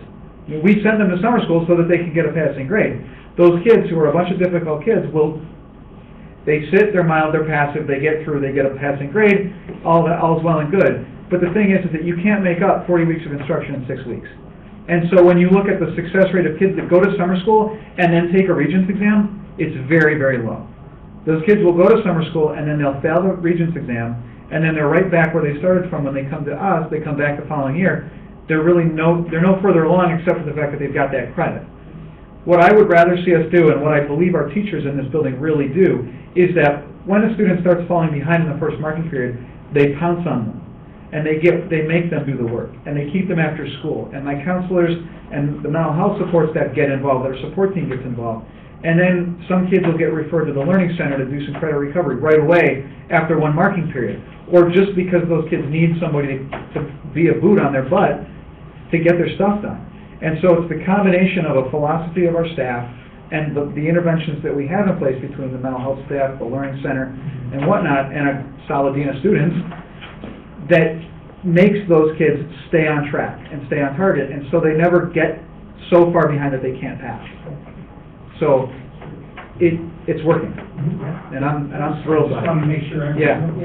I would just like to say that one of our greatest concerns at BOCES is our miserable success with summer school. We look at it all the time. They're reevaluating the entire process right At the high now, school, just yeah. because we are not happy with the success rate we're having. It isn't terribly successful. We've talked a lot about it at our high school principals forum. Oh, I'm sure you do. We Yeah. talk about it all the time, Yeah. and the piece that I struggle with is it's still summer school. It is. No matter, I mean, we've talked about ideas of adding enrichment programs in summer school to make it more interesting. We've, adding layers of social skill building and, motivation Those are stuff. the other things. But ultimately, Yeah. it's still summer school. Yeah. The kids that are there, they're there because they already failed. Yeah. I would rather just not see them fail. Now, do you find that there's a drop off in the number of students that actually need that kind of intervention as they get a little further in school? Oh, absolutely. Yeah. Yeah, it's 9th and 10th grade. That helps with the graduation rate. Yeah. Well, I was also thinking too, that in terms of them learning their own accountability, that if there's a constant chronic crutch, that sometimes they need to learn that they actually can do it on their own. Yeah. And that's one of the main ideas. That's we where have. I'm going. Yeah. Because that's sort of the bane of middle school, right? So there's this idea of how do you build in a work habit and habits and study skills that transfer over, that teach you really how to do the rest of the schooling that you're going to be held accountable for. The With level. a different kind of skill. It's That's not just an exactly. academic skill. Well, that's exactly it. It's an academic skill, but it's also, you don't need, you don't need to pass. Now, if you're a kid who fails all the time, and you realize, wait, I don't need to pass, I don't need to study, I don't need to do the things that they're telling me, you develop work habits throughout your life that end up biting you in the butt when you're trying to pass 9th and 10th grade. By the end of 10th grade, and this is only from experience, when I worked in high schools, the kids who by the end of 10th grade got it were the kids that sort of towed the line. They were like, I got to pass a little bit, but the kids who were like, I don't care, really didn't make that turnaround, and they would do summer school and know that time in summer school was much better than spending 40 weeks sitting in a class that they didn't like. So they were like, I'll take the 6 weeks, whatever, that's part of my story. That's part of who I am. So part of developing kids in middle school is about not only teaching them how to have that grit, how to persevere, how to get through, but also how to develop the study skills that last throughout their life. And part of the Common Core and what that's about, just to bring it right back, is about teaching to that rigor all the time. So by the time they get to where it matters, where it goes on college transcripts, where it goes, where people are gonna start really picking them apart, they've got the skills to say, they have chops and they can stand with everybody else. Abigail, do we want to have That was, Jen? yep, my report's done, and I was gonna defer to Abby for the rest. Okay. I'll start with just like what each of the classes are doing. Freshmen hosted a roller derby for the elementary schoolers as a fundraiser last Friday. Cute stuff here. Sophomores volunteered at the T-Bird Craft Fair on the 7th and the 8th. Juniors got their PSAT scores back and are beginning to plan prom. Seniors are also starting to get college decisions back, which is, so some people know where they're going already, which is, I'm very envious of them. We're also organizing the senior trip to Camp Gorham with Mr. King. Student Council is putting on a canned food drive through Wednesday. We'll be donating the food to the backpack program and the local food pantry. This Monday through Friday, Student Council is also sponsoring a door decorating contest for the prizes of a free pizza party. For the classroom, that was great. Yeah. The fire code. Fantastic, which is our school's gender equality group, has been hosting bi-weekly discussion meetings on various topics. In October and November, the topics were body image and domestic abuse. In December, the topic is masculinity and femininity.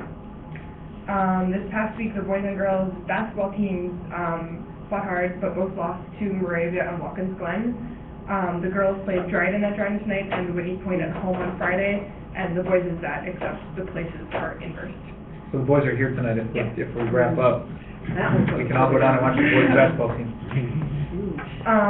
SAD Club just finished their campaign on Above the Influence anti-drug campaign, and are beginning to work on texting and driving. Yeah. Indoor track teams traveled to SUNY Portland last Friday and Ithaca College last Saturday. They went very, very well for debut meets of the season. For the girls, we have a very young team this year. We are by a vast majority freshmen and sophomores, and they all did really well, so it bodes well for the future of the program. The winter musical has been selected, and this is Grease. Auditions are being held Wednesday and Thursday. Last Tuesday was the 7 through 12 chorus concert, which was the chamber choir and the jazz band as well. They all performed, and then all 140 plus performers got on the stage and sang some Christmas music and did a sing-along. The 6 through 12 band concert is tomorrow, and Mrs. Lewis promises it to be excellent.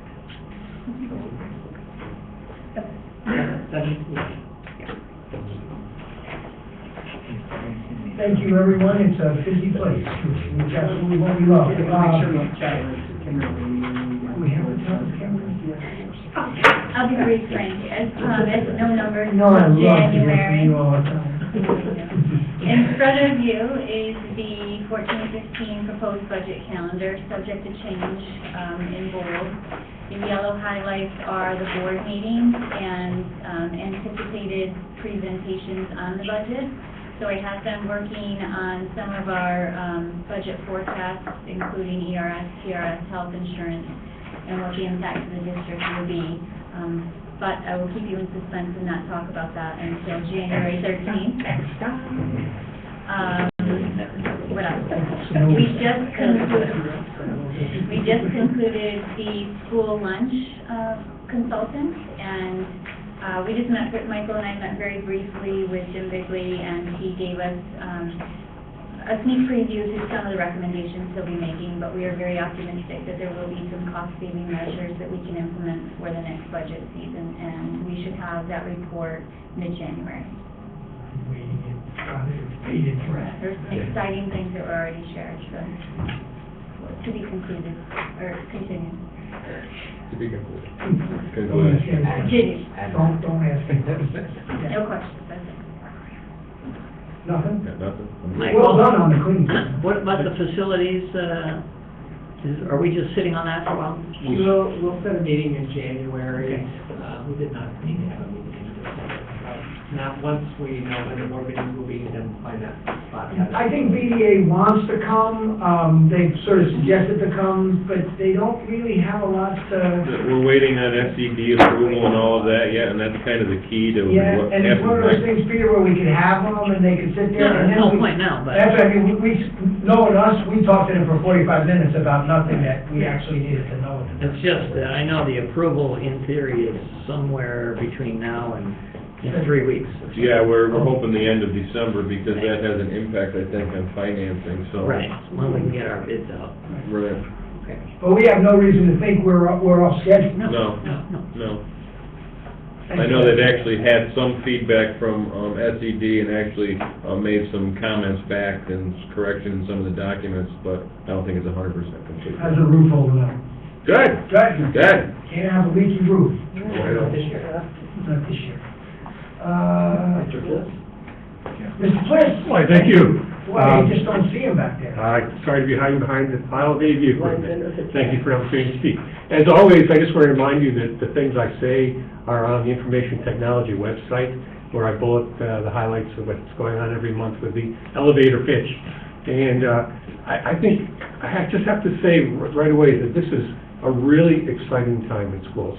I just got done going through 15 classrooms doing site surveys for the new smart boards that are coming, and got to spend more time with teachers than I typically do to see what they're doing with technology in their classrooms. And I really feel like we've hit a critical mass with what's going on pervasively across all our classrooms. It's happening everywhere, and it's really exciting.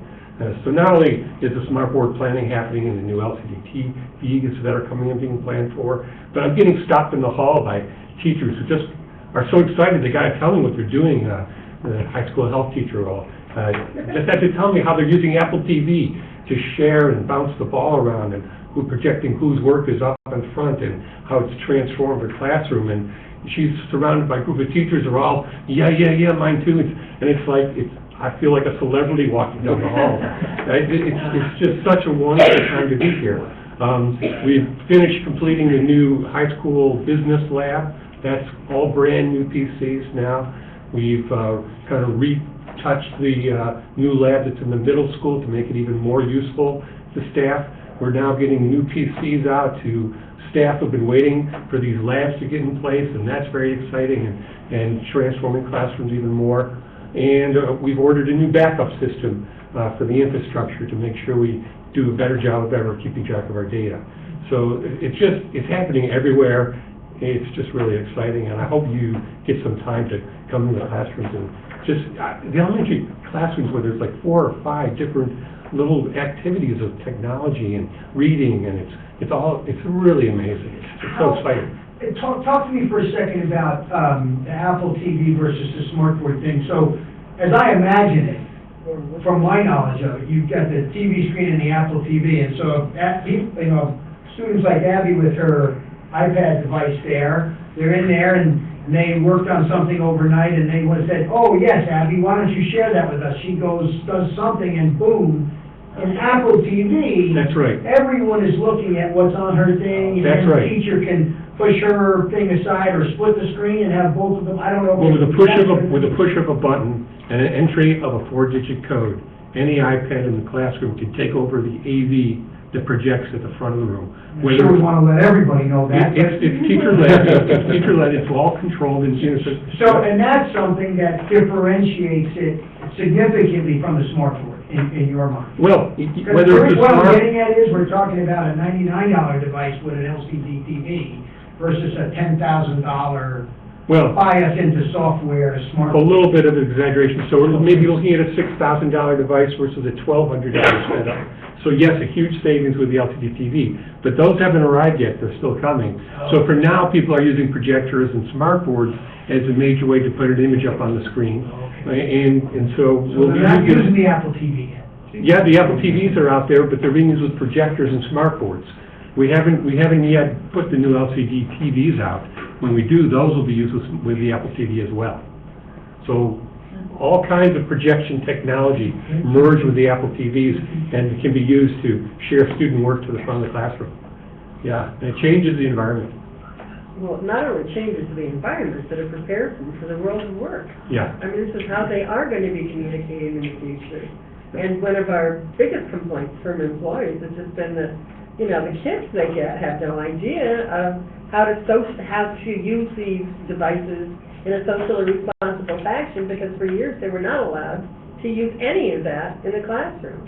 This is just going to make a world of difference Yeah, it's to their a huge job change. preparedness. And I just see it in the happiness of the kids in the class. I just, look around, these kids are just happy to be here, and I think it really makes a difference. Yeah. Excellent. Thank Questions you. for Michael, Kimberly, or any administrators before we move to board forum? Okay, so board forum. Douglas, usually you have a laundry list. Why don't we start with you? Let's see, where to start?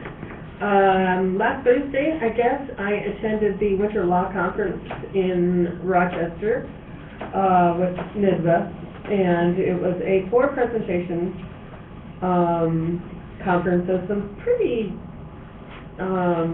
novel upcoming items. The first was just the board's general role in the budget process, and I think rather than talking to that, I'd like to sit down, write that up, and get that out to you.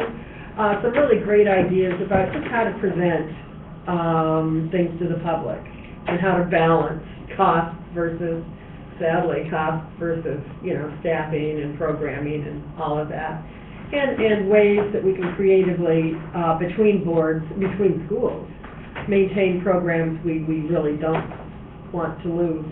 The second was a disaster planning and recovery session, which is going to require at some point, probably in the near future, some pretty radical changes in how we phrase our building use policies, largely because of Hurricane Sandy and the extreme damage she did not only to schools and communities on the island, but the aftermath of that to the schools in the area, which was devastating. They went through all of their supplies, paper supplies, food supplies, the whole 9 yards. The facilities were pretty well trashed during the time they were used as refugee centers.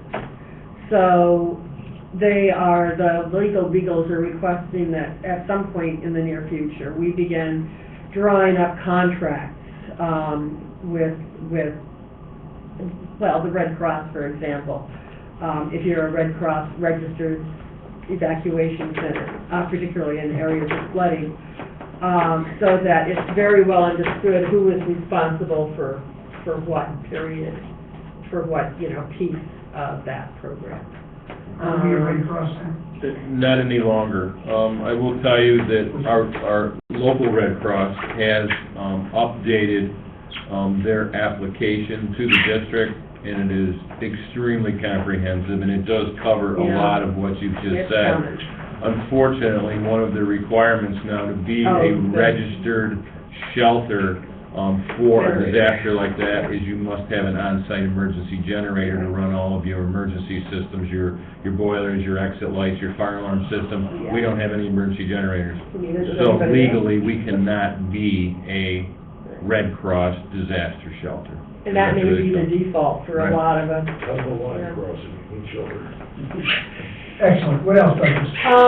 That night, I went to, I don't even know, Elmira somewhere, one of the BOCES there, and heard an excellent presentation, broadcast from Ken Wagner, who's sort of the architect of the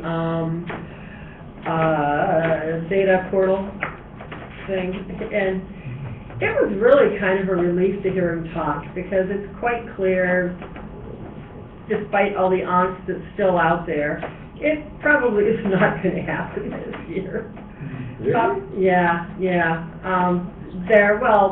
Where the other, What are we talking about? really? What are we talking about? In Bloom? Uh-oh, I've gone over your head. Okay, in Does anybody know? I think this is one of the last pieces of right at the top. There's Yeah. many other things where we were going to, New York's the last state that is working with a company called InBloom to put all of our data to them. What they do is they take all of our data and then they offer it back to us. And parents can go in and see And their everybody students' else, maybe. data. Teachers can go in and see all of their students' data for years back, so they can say, wow, we need to struggle, we're struggling in this area of math, this is a place to work. But I'm guessing it's being delayed. I think it'll be probably, from what he said, delayed by a year. I mean, I don't know whether he's been really following Eclipse or not, but there has been histrionics all over in many areas of the state, particularly downstate. Data security is an issue. And when you have not only test scores, but they're also requesting anti-disciplinary records. So you've got that all mixed in there, and man, one little mistake, and unfortunately, people do have a tendency to sort of, in an emergency, leave their computer on and leave their desk. And if you have that up, and you're looking at it, parents would also have access to it, and you just leave the computer on, anybody can pick it up and it can go viral. So I really, it's not safe. Yeah, but how secure is our data, our school tool? I'm assuming from our end, we're talking about school tools, right? So the data is very secure in the databases in which it resides in the schools, much more so that when Yes. it goes up to the cloud and goes through various organizations like InBloom, where it is or isn't secure, and goes to public web portals that are or aren't secure. And so it's the whole So conversion to a relative public to cloud what we're, interface. relative to sort of the management of this school district, And I think, This I doesn't- hope the end result of all of this may be that rather than going to a third-party provider, or whatever you would consider them, we continue using the services we currently are, which are our local BOCES and our RICs. That's why they're there, that's what they're designed for. Anyway. okay, so. So that now- was great news. Good. I think. And I think people around the state are beginning to settle down on Common Core, although, sure, James is still being beat up everywhere he goes. Yeah, okay, that was Thursday. And then, I only hit the one. There are a couple of others, perhaps the most interesting legal issue being, the changing face of school athletics. Yeah. Robert Zayas, who is the executive director of the New York Public High School Athletic Association, gave a presentation on sort of dealing specifically with two areas. The first is the needs of kids, the athletic needs of kids with special needs, IEPs. And the second being accommodations to transgender students in sports. Those two are going to be coming down the pike. One of his recommendations was that at some point in time we consider possibly what they call unified sports. And I don't know whether any of you have seen the TV commercial. I think it's for one of the beer companies, but there are a bunch of 9 guys, or I guess it's 2 teams of guys, playing basketball in wheelchairs. And at the end of the ad, 8 of them get up and out of their wheelchairs and walk and wheels at night into the bar and they have a drink. And they recommend that, schools begin sort of looking at that sort of incorporation, obviously. Bars in schools. Yeah, great. Not a cell phone, But obviously you can't have a kid in a wheelchair playing basketball with 8 others who are on foot. If we ever try to do something like that, they probably have so many helmets and hand things and ridiculous things that we have to. Well, you obviously have to, the whole deal is you have to go through the same process any of our kids do. They have to qualify for the sport. But there are things, there are ways of dealing with it, and I think we really need to begin thinking about being a little more inclusive in that fashion, and certainly the transgender things we need to be at least getting prepared for. I'm not sure that will ever be a real issue here. I'm not sure, I mean, our kids are pretty relaxed about that sort of thing, but it may. And if so, I mean, it's just something we need to be alert to.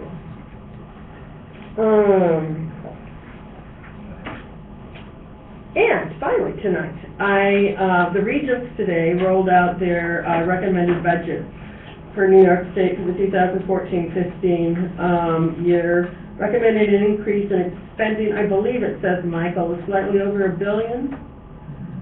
Jim Talion. 1 point that we don't know. Yeah. Jim You Talion. can't give me a... I've heard 3.4%, but don't hold me to Yeah, that. yeah. Changes daily. Well, and this is only the Regents. Remember, there's also the governor and the legislators, so it's just one piece of the pie. Wall Street bonuses are up. Oh, yeah, they are. Let's hope they stay there through January. Wall Street bonuses are up. But anyway, Jim Callen, who was our regent, was in charge of drafting it. If you're interested in reading it, I'm assuming, I received it through Bruce Frazier. And I really don't know whether, I can't get, the addresses that he sends everything to, so I don't know whether he send it to all of you or not. If you want to see it, I can just, okay, why don't I just send it to you tomorrow, and then you can send it to everybody. Yeah. It's very readable. It's in English, and quite transparent.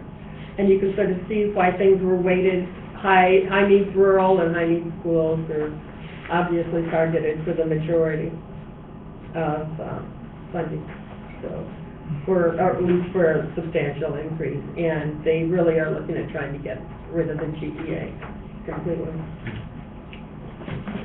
What is our GEA in this school district?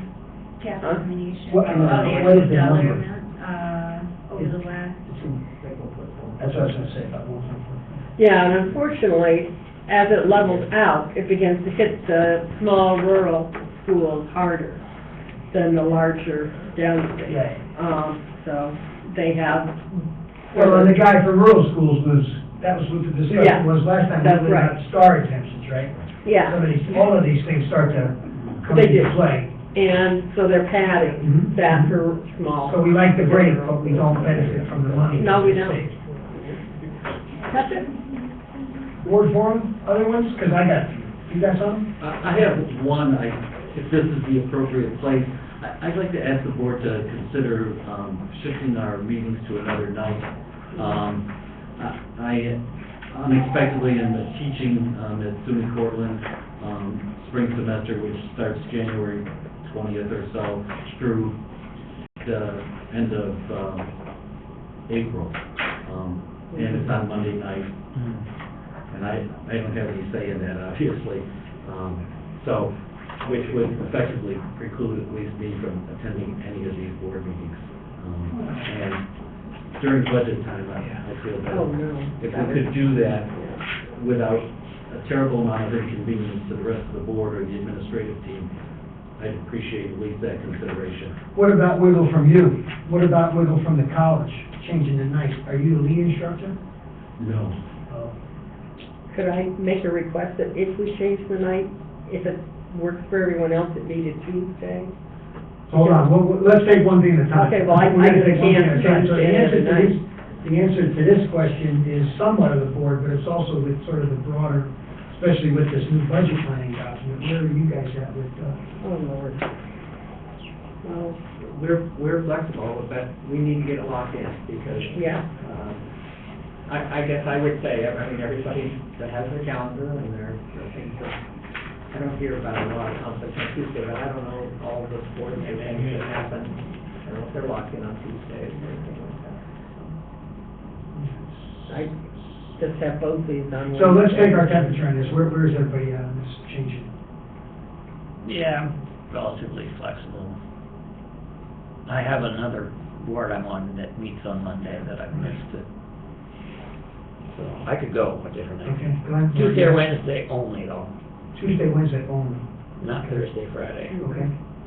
or Saturday or Sunday. Are we considering doing this just for the next, like, 3 months? Is it for the board? I think we're considering, accommodating Gary's Monday night conference, and it's January. Till the end of April. It's the budget season, Right, yeah. It's the- May 1st, June. yeah. This would carry into like next summer and next fall. No, I think we're just talking about right now. Okay, that's not, I Abigail. I think I'd probably have tracked it. Yeah. What did you say about date? You said it has to be Tuesday? It has to be Tuesday. I have regularly scheduled meetings Okay, every other On night. Tuesday, I'm busy on Wednesday and Thursday. so it's gotta be Tuesday. Yeah. Jane? I have Monday, Wednesday, and Friday. However, if Uh-oh. we had it Wednesday evening, starting at 1:30 in the morning, I think we'd go. Who's gonna drive me? I'm well into my, nighttime nap. So, we've got something that we have to, I don't think we're gonna resolve this tonight. I certainly can't resolve it with my calendar tonight, Yeah. unless you're prepared to, unless Jane's prepared to become president, my calendar gets to be part of the problem here, so. I think we're just gonna take it, we're gonna take it between now and January, see if we can do it. We can do things in the meantime. We're gonna try to do that. I don't know what else we can do. I can't commit that. To me, no, can't change the dates, for me. But if everybody's willing to do it, then I gotta go and start fishing around. And we need to have a sort of requisite amount of them in preparation, especially these yellow highlighted ones get to be problematic. So we're gonna have to talk about that a little bit more. We should be flexible, maybe, you know, or something. What is your time frame Monday evenings? What time is class? 5 o'clock, Till? 8:45. Okay. Other items for board forum? It's gotta be Tuesday. Yeah. Okay, I've got a few here.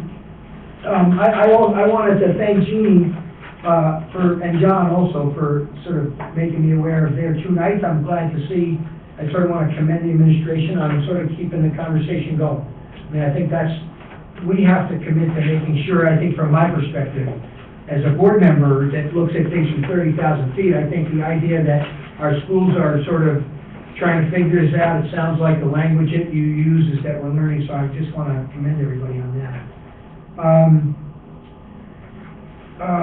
Let's see, I don't know if the board noticed, but, there was a very minor story that has very major implications for school district management, and that is this sort of, I don't know how to describe it. Cuomo seems to be saying, if you stay under the tax cap, we're gonna give you all this money as a result of staying under the tax cap.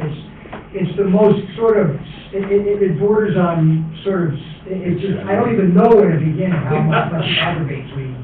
That it's not bad enough they've imposed what is completely fictitious as a 2% tax levy. Now they've decided that if you stay to it, we're gonna get this money, so, and hope he's watching, he can stick that. I think we have to be really, I believe as a board, we have to be looking at sort of what we're doing, and, I think this board has always been very conservative relative to the way, at least the board that I've been part of, to how we move taxes. I don't believe we need an additional hammer over our heads to make it even more punitive than it already feels. So I'm not sure if anybody in the board had noticed that. I don't believe we've been spendthrifty, but I do think we've got a lot of efficiencies that we can grab, but I don't like being held hostage like that, so I wanted to say that for the good of the community anyway. But I also want to thank the community. These professional development days, these half days that we give the district, they're burdensome for many of our professional members of our community, everybody in our community, not just our professionals, but everybody in our community. Not a kid to half a day, what am I gonna do? And, I've heard some pushback about this, and I've tried to couch it like this is our entire community's commitment to this learning process. So I think as much as we can, commend the people that get sort of paid to do this livelihood for our community, the community itself is saying, okay, we're gonna do this. And I think that's an important thing to note and get it in the minutes that, we as a board notice that we are putting an additional burden. It's not just the teachers and the kids and the administrators, but the community members, not just the ones that can't help their kids, but the ones that need to just shuttle their kids, I think is something worth noting. 2 minor points. One is, I see that, I know that Jane George was funded for a school newsletter, for a thing, and I understand now, I see some of your comments regularly in the Free Press. I'm wondering how the board feels about, like, a Board of Ed, a couple of paragraphs from our perspective that would go into the Free Press with the weekly, is it? Yeah. I think it's Rob, is that Rob's work? No, this is Linus Hill. Okay. Well, not all the stuff is correct, but it's not discussed it, So how does the board feel about that sort of thing now? Logistically, is the board comfortable, do they want to review what goes out? Or one of us gets empowered to do it and then does it for the time? Or how logistically do we want to handle it? I wouldn't have a problem putting together a few paragraphs. If I was out far enough, we know what the deadline is. If we had to get it circulated, we could. President's report, good idea. Yeah? Yeah. You're comfortable with that? Yeah, I'd like to Look at it. look at it You before would? it goes out, oh, yeah, Excellent. yeah. Excellent. So, I just need to know the Friday deadline. noon is absolute deadline, so really Thursday evening. So you have to be electronic. Because it's probably gonna come Thursday morning. Drop it off at the house, right? No, I'm not gonna drop it off. Nice try. I don't get paid to do this either. Right.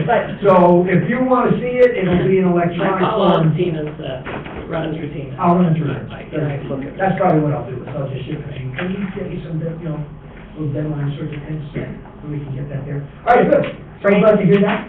If you don't mind, I might occasionally wing you something Please do. I feel We'll leave it in. might, to go We in. can have the Area 4 mini report. Yeah. Okay, so the last thing I have is, this idea of consultant work.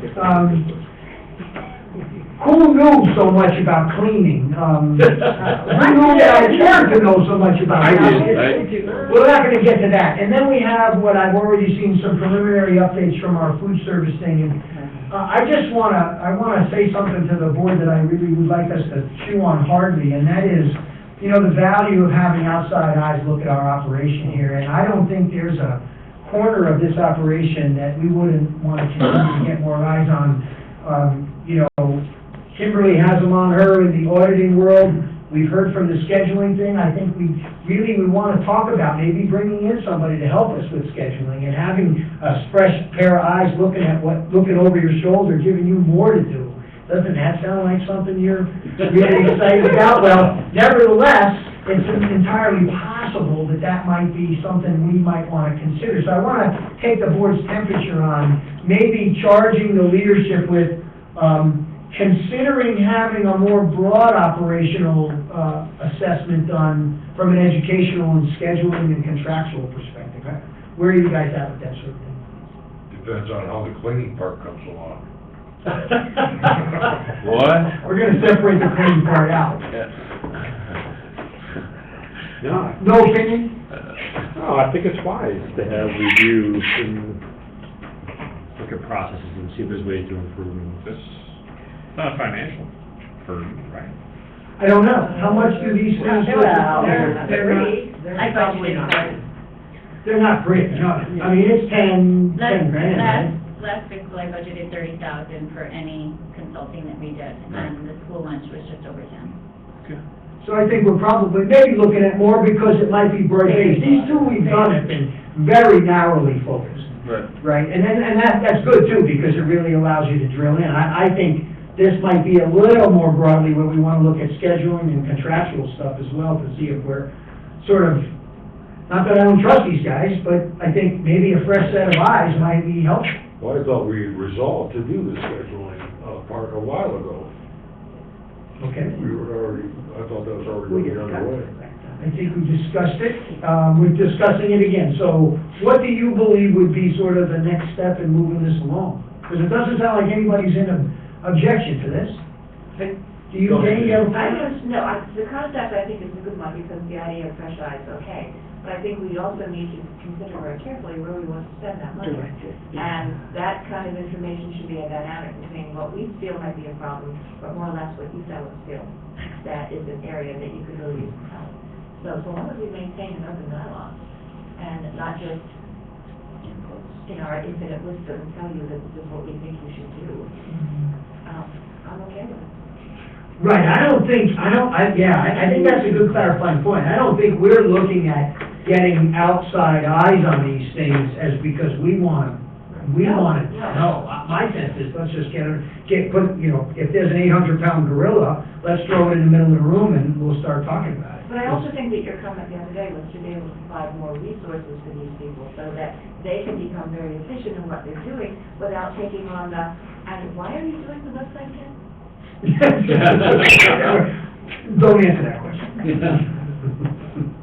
Okay, that's my, As part of these oversights that we're looking into, is part of the equation going to be whether we hire or subcontract out any of these services? That's already. Comparables? That's already part of some of them. Or at least we're looking at everything. Well, yeah, I think everything's on the everything. I'm not sure what you mean by that. When I met with the food service person, I mentioned to them about outsourcing, Okay. and I think they're going to at least provide some information along those lines. As long as it's complete, answers questions like that.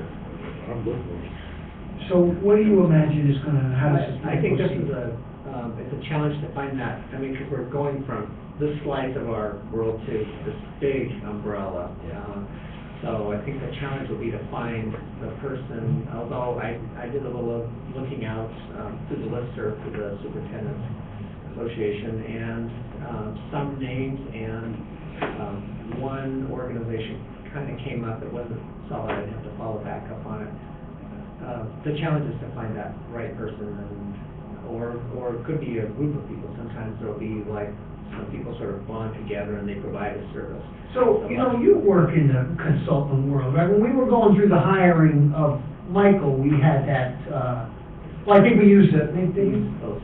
But we did take RFPs, right? Remember we saw RFPs? Yeah, we did. So I'm wondering, what would preclude those sorts of firms that sort of search for superintendents from, you say what you want about Judy Passel, but she came in here and really sort of, among many things that happened, there looked like there was an occasional rock that got lifted, and look what's happening under there, and I don't know that it was always done, Tenderly. it was done. So what I guess I'm wondering about, would be sort of educational consulting places. There was no way of extracting my foot out of my mouth at that point. Yeah, I think there is, along with the problem of finding this, I think is writing the RFP, because it seems to me that we really do want to look at this very broadly in terms of the 800-pound gorilla is obviously what's the $500,000 or $1 million idea that's going to be able to save our budget over the course of the next 3 years. And that might be things that might just be passing or fleeting thoughts in our mind, but a consultant might come back and say, yeah, you need to look at closing down this building, or you need to look at doing this, or, revamping transportation, whatever it is that we might not give much thought to or have the resources to be able to go dig and find out, that sounds like a great idea, but is that really cost effective, or is that just something? Well, and then this comes to James' point, that if whatever, Support it. Well, but it comes but to, it comes to James' point, that this kind of information isn't for us to decide No. which way we go, I rather don't think so. that there could be another way to go, and it's a point of discussion. But additionally, this goes right in line with what the governor's trying to get municipalities to do, and he's throwing money all over the place to try to get them to come up with efficiencies. There's a possibility, there's a grant out there for such goings on. Well, that's another area that we all seem to consistently overlook. There are grants out there. We just need people with the expertise as well as the And you're talent to be everywhere. able to. We have community members that might help with that, but you guys don't have grant staff at all, that's what's. We've suggested it's kind of. Just both of these. I think there's a grant writer, I believe, that you can purchase and do that service. Are they good? I have no idea. Who did you say? I believe both you I'm sure both had a you- grant writer yeah, that have you could one. purchase as part of the service. Because they apply for several and are working on several. Yes, but wouldn't it be nice if we found somebody homegrown in the community who would really like to donate their services rather than buying yet another program. And I think Yeah, most so very we're getting in the weeds a little bit here about, we're talking about how we're gonna pay for it. I'm more interested in Gary's point, which is, you know, what is this thing gonna look like? Should we get like a little group of us, wonder if there's a way we can start chatting about this more like logistically, because, Well, and I think what we're see, looking at is this is when you start talking and nothing happens. So we have, by my estimation, another month until nothing happens. Well, the yellow is really important. Those are the dates that will be back here again. And there are not that many prior to April 7th, which is when you are adopting the budget. So really for this year, when I do have the numbers and when I do have the gap, what we're looking at is what kind of quality program can we deliver and what can we still offer this community? And how far away are we from that gap? So I think the idea of a consultant may not remedy anything for the next fiscal, but it'll bring maybe those ideas to the table that are bigger than us, that maybe other districts in the state have already done, that we can't get there by just raising taxes and reducing staff. So we have to have the other big ideas that we may not know of. And to add to that, I think perhaps the relationship with this broad level of a consultant might be more than just 2 days, which is what we had with the food services person. Or it's been longer with Hilliard, but I'm thinking, you know, take a look at us now, get to know us, and then they become a resource maybe over time, so it might be a little bit longer relationship than we're gonna build into the next budget year or after that. Some of those bigger changes that we may have to contemplate. Maybe more along the lines of the architectural firm type, I mean, not to that scale, but that long-term relationship in terms of saying, okay, here's our facility, so and this is what we think our plan is, but where are we going, you know, 3 years down the road or 5 years down the road? I think that's. I think the broad brush is there, in my opinion, but we have a broad brush, like that's what we have them hired for. I'd love to see what your thoughts are after having been on the seat for a little while longer, to come back and say, this is where I think we should set for consulting. Yeah, maybe have to come from that direction. I don't know how broad do we want to go out there to say, this is where we think the direction that we should head. We could be the Tiger Union like that. What? We could be Tiger, but they have to catch on the tail. Okay, so it's too obscure for me. Too obscure.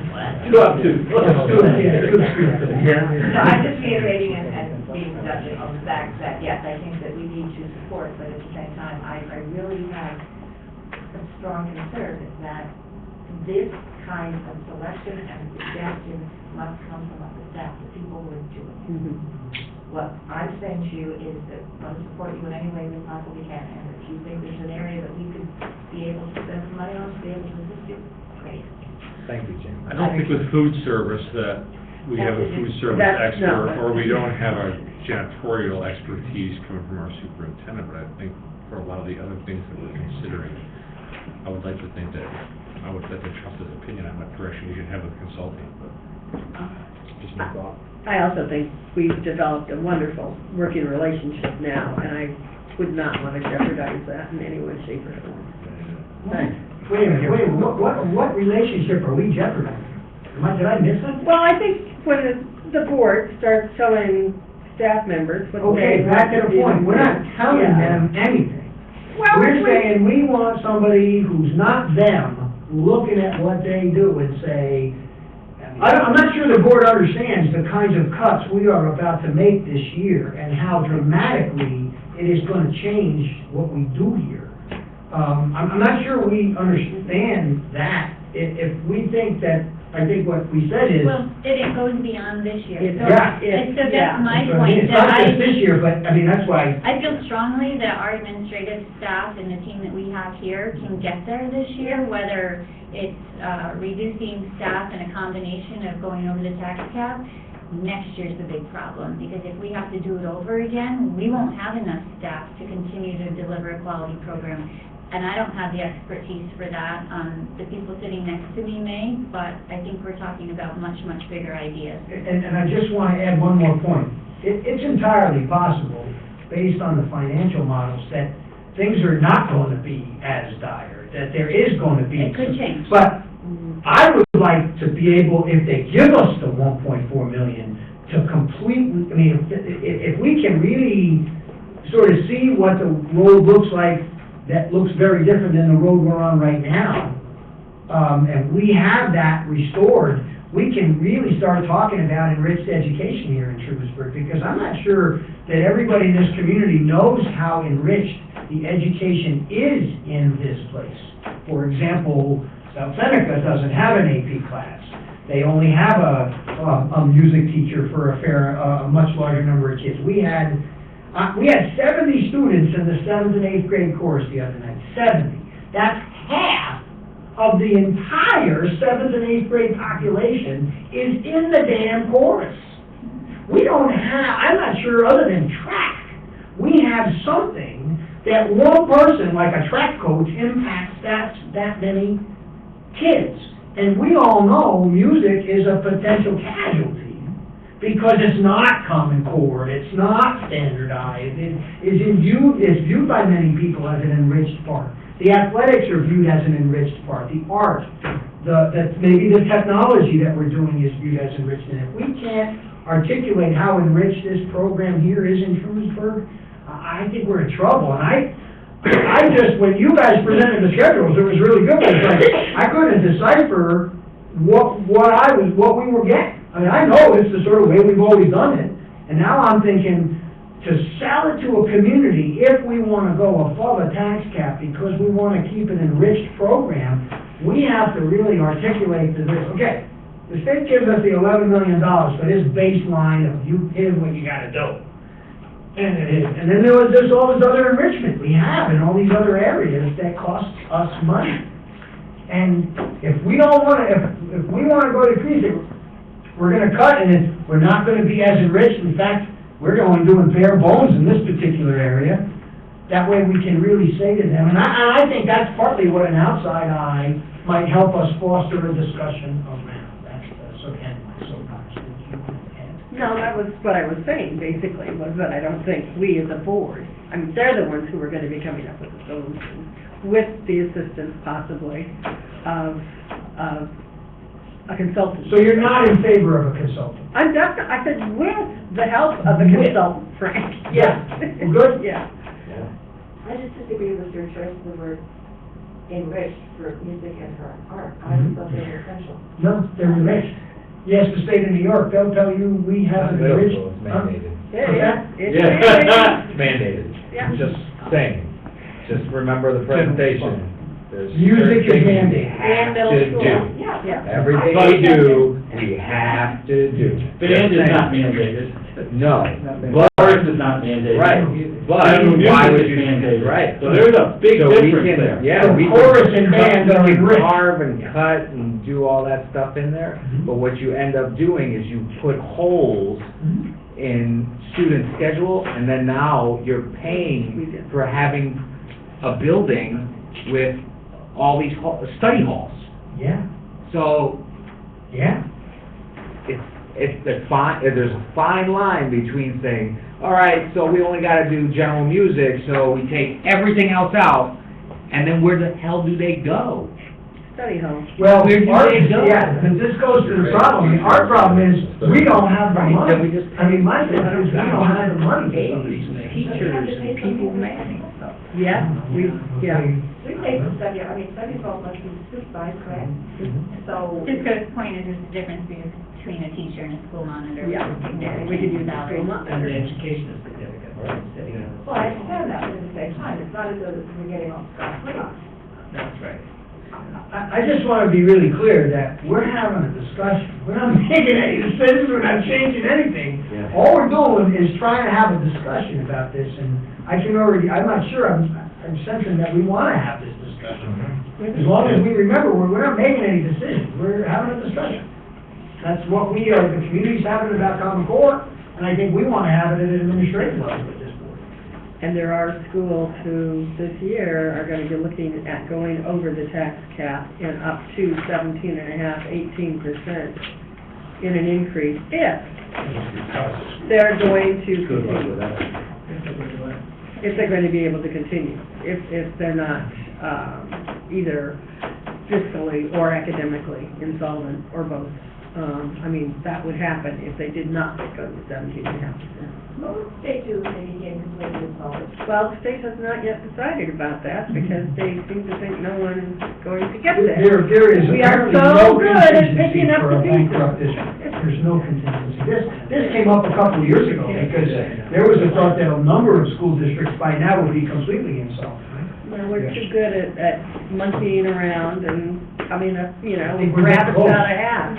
But we are, we're close. Stepping out of this conversation just a little bit, while we wait till the administrators form a budget for next year, we as a board ought to have a discussion what we would hope to look for next year. So they're not back there doing this thing on two different occasions. I'm not entirely sure I know what you mean, John.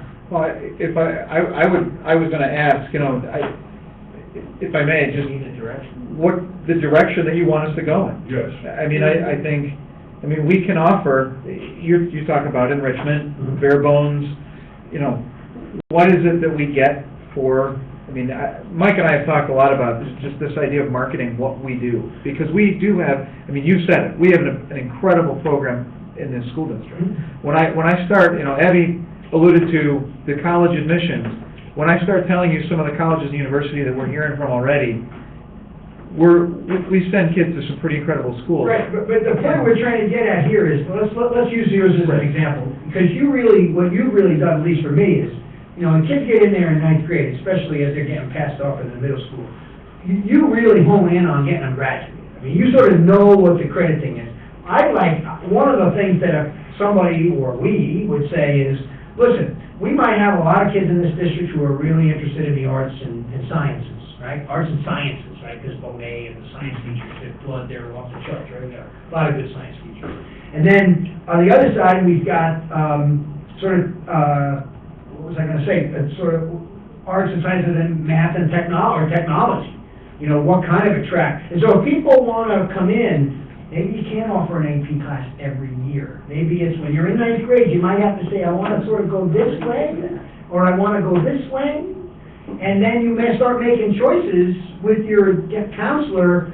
Okay, you got to take this in ninth because you're going to get this in 11th. And you got to have this between now and then. So I don't know if that's currently happening. I couldn't tell when you made the presentation, but it's made me wonder about, is there a way to keep the program as enriched, but maybe use the resources differently and, challenge us to be better planning with the kids. Like you're doing with the graduating them, let's get them doing it with the various enriched aspects. Exactly. You see what I mean? Yes. You see what I'm talking about? Everybody, you know what I'm saying? Right, I think I understand, I do, and that's what Mike and I have talked about, is how do we continue to offer kids the same quality and diversity of program, but can we find some creative ways to do it? Whether it's adding some online AP courses, that's been something that we've talked about multiple times. The BOCES has got a grant right now going that's creating online AP classes. Is that a direction that we want to go in? And that's I guess what I'm wondering, and that's what I think a lot of these discussions have to be about, is what direction do you want us to go in? Because the reality is that, what we need to question is, do we continue to offer the same quality and caliber of program that we're offering, or can we offer that same quality in a different way, at less cost? That's the A answer, John. Right, Hit the A right, answer. that's the best choice. The question is if we can't do That's that. what we want you to do. That's. You want direction? There's the direction. That's the challenge. That's the direction, and I think that's why somebody outside poking you, wait, what about this, what about that? Well, I don't think it's so much poking you as having someone who has the time to be able to do those things, because from my viewpoint as a board member and a former administrator is, you don't have that kind of time to be able to do that type of research and do your current job to the level that we expected. I think one of the good things about this, I think we have a lot of great things about this district, but I think one of the good things about this operating structure that we have is that we do have, I think uniformly, a common purpose and level that we want to achieve. There's nobody sitting on that side or this side saying, yeah, I'm not spending one dime on anything that's over the minimum that we have to do. So I think, and we've established and worked together now long enough where we have that dialogue. And so I think when someone comes in and presents ideas to us, we as a group can sift through those and say, yeah, that's something that might be a good idea, but it's not gonna fit Trumansburg, or that's a great idea, and we've never thought of that before, and this is the reason that it will work. I think one of the worst things that could happen is that we go back to the public and say, we've cut program, and we've cut staff, and we've raised your taxes, and we still can't provide a level of program that the board is happy with, or the administration is happy with, or the community is gonna be happy with. And then say, and we haven't looked anyplace else for help.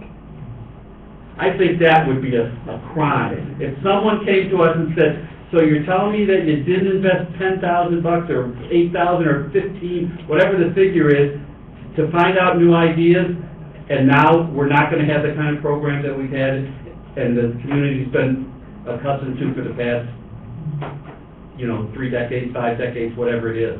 And the only thing I'll add to that is that really, I have to say, this is gonna sound sort of touchy-feely coming from me, but I actually think other than a couple of missteps we've had as a board, there's a fair amount of trust, I think, among us. Well, I hope you trust us. I certainly trust you. I mean, we have our opinions on things, but I think that, there are a few things we take you to the wall on, I think, most of the time.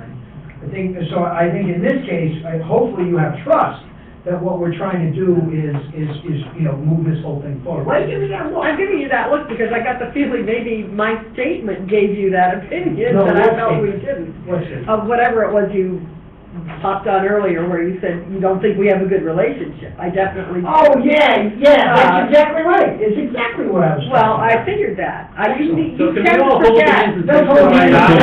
Wait a minute, Frank. You tend to forget I've been a board member for 24 years. The relationship hasn't always been this way. I'm not interested in those past Yeah. relationships. These are the people we got. Well, you're absolutely right. I think our role is to, first of all, and Kimberly's key to this, but and for our leadership team, we all really need to understand the challenge in front of us. I mean, if we're using $1.9 million out of the reserve each year, or some number like that, we talked about it, sometimes I'll say. And if we're using that kind of money, we all need to understand that, and our community needs to understand that. And then being in our community with all the amazing things that we have in the arts and academically, many areas, athletically too. What's there and what does it take to sustain that? And then there's kind of three things in my mind. There's a contingency budget, because if everything goes down 2-3 times, that's where we'll live, no matter what. And then there's there's at the tax cap, and then there's above the tax cap. Those are the three things we have. And so I think our role over the next month or 6 weeks is to really reveal to the board, and to our leadership team, so that we all really understand the problem first. Because then you put that up against the challenge of providing that program that we all say we want for our community. That's the challenge. And I think we're particularly, we have some bigger hurdles in front of us because we've got some money that we're using every year that won't continue. We're not replenishing the reserves at a rate of $1.9 million a year. And many districts are accumulating fund balance each year, so they are building back their reserves. And what sets us apart from other districts is that we have that 1.9 million dependency. So where other districts, they're looking at that budget forecast and they're looking at those increases, and then they're looking to say how much is the increase in state aid, and they're coming closer together. Well, that's great for us. However, then we look at the 1.9 dependency, and I'm saying back it off another couple $100,000, which is significant. So to back out of that over the next 3 years, and then still have a small gap between state aid and where our expenses are, it's almost double the problem for this district. So that's really what we're looking at. And so those districts that have made those things and are contributing back to their reserves probably don't have the enriched education we have here in Trumansburg, where John can, listen, I don't know how you make hay out of the fact that only 12 of our kids go to summer school and other places 100 kids. I want some of the money back that you're saving a place that apparently by all measures doesn't work anyway, summer school. I mean, that's the sort of. We are saving money there. Because we're not paying per unit cost. Yeah, and I want you to get credit for that. So that learning center is a good example. Now you've mastered that, we need you to turn your attention to something else, because you seem to have that nailed down. Let's get something else going, and I just feel like, I have to tell you, when you talk to people in this community, I don't think they appreciate what 15 AP classes look like, or those reading options that you were joking about when we were talking about the sort of various things. I'm not sure people in this community understand how enriched the education is compared to many districts around us. I think our job's as a board to make sure that doesn't happen any longer, even if we can't make the changes structurally. This year, we can at least begin the articulation for the problem for the next year. Yeah. Whew. So, Well, and you could have a consultant come in and spend time, and they could really confirm what we already know a lot. And then we got the answer to Even the that question. would be good, because then we would be able to say, look, we have that. We've had another set of eyes. They don't have a student in our community, they're not paying taxes. They just looked over our shoulders, and you could come up with the same information. It'll be interesting to hear. I think that's a good point. Either on the plus side, that's good to be able to say, yeah, we've done that, and someone else has come up with the same conclusion. Or if we have to have a really terrible option, then we at least have someone to say. To blame, exactly. Well, I think there's some benefit to that. And maybe we need some new thinking. Kimberly, Michael Cliff moved some files the other day from 2009, and it happened to be a spreadsheet with discussion of reductions to the budget. And we laughed because it looks like exactly the same thing. It's a deja vu, I speak The of. same, and right down the line, some of the reductions we made last year, some of the efficiencies changes, right down the line. So we could benefit from some new thinking. Kimberly and I've gone to other districts in the area, Groton so far, South Seneca, we're gonna go here, Newfield. So far, we haven't heard anything very new or innovative. well, I'm not sure you're gonna hear from those three districts.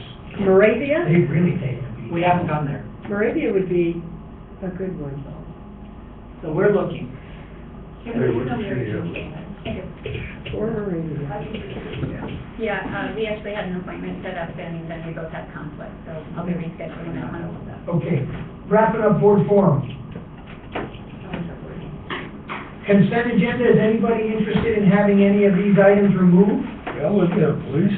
L and M. And just a comment on H, or however you want to play that. H, L, and M. So I need a motion for the consent agenda for all, except A, H, L, and M. Need a motion? So moved. All in favor? Aye. Opposed? Abstentions? Okay, so we pass. John, we'll start with H. This looks like approval of the BOCES program service cost methodology. Yes, that. I need a motion? Well, Need a motion? So moved. Second? Good. John? Our water's come back to bite us a few different times in the past. Have you given this consideration before your recommendation? Our water that they use as a methodology for filtering. That's the number of seats in the chair on an average, three-year average I don't basis. really have any say in. I'm not sure where you're getting that, John. Well, we have a say in saying that we don't necessarily like the way they use the methodology. Oh, It's that's- like it is oh. approved Oh. by 75% of the. Your assumption is we get to only vote for the things we like. No, but I know on class reduction sizes and services we've gotten from them, we've had to pay for an average. In the long run, it was detrimental to our budget. So I'm asking, have you given this, and I can't give you specific examples today, other than the one being the vocational education. Yeah, actually, based on- John, our numbers are pretty consistent there. We've hovered between 54 and 56 kids in the last 3 years, so I don't think we're losing any money there. Well, as long as you're making a recommendation, I'm okay with it. So I Yeah. want to ensure that.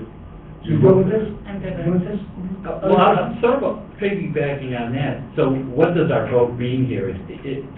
If we vote no, it's unless 75% of the other districts also vote no, We're one of- it's meaningless, we're one of right? seven. Pardon? We're 1 of 7, correct, Douglas? Yeah. And so, the majority, Well, I don't know if George Junior gets a vote, but maybe. so, Yeah, if we vote no and the other 6 districts vote yes, we're Yeah, stuck we're stuck with it. So other than voicing our objection to some format of this, this is sort of a, That's why it's in the consent agenda. yeah, pro forma thing that we're just doing. Exactly right.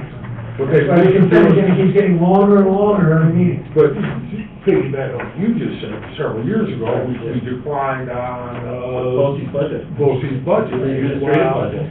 And, the majority passed it, but they heard us very loud and clear, and they've actually had addressed several items that we're concerned with. So. All right, Douglas. Kimberly, what would the alternative be? They're billing for it? I guess for career and tech, they could invoice this each year, however, there's such a fluctuation. Some students start a program and John could probably speak to this better, but if it's not their cup of tea, they may return after a month. Other students maybe in November decide, you know, I thought I wanted my junior year here in the high school, and then they join late. So there's sort of that in and out initially in the fall. I think Right. that's less so in the spring, And but. because our class sizes are aren't huge, you know, if one year we have 15 kids go, and then the next year we could have 25 kids go because just of the makeup of a class. We're gonna be able to So, handle those. we could have some real serious spiking in terms of That's what our year-to-year water is designed to enrollment. prevent. Yes, exactly. For budgeting purposes. Which is why it I'm works pretty well. asking what the So I'm alternative not might seeing- be. Yeah. They Well, have okay. an average out there for the kids they service, and it's hard for us to sort of predict year to year, right? It's just the nature of it. Okay, so we ready for a vote, or we have more discussion? Okay, all in favor? Aye. Opposed? Abstentions, we're good. L, let's get approval to increase maintenance mechanic position by 1 FTE. I need a motion? Second, okay, good.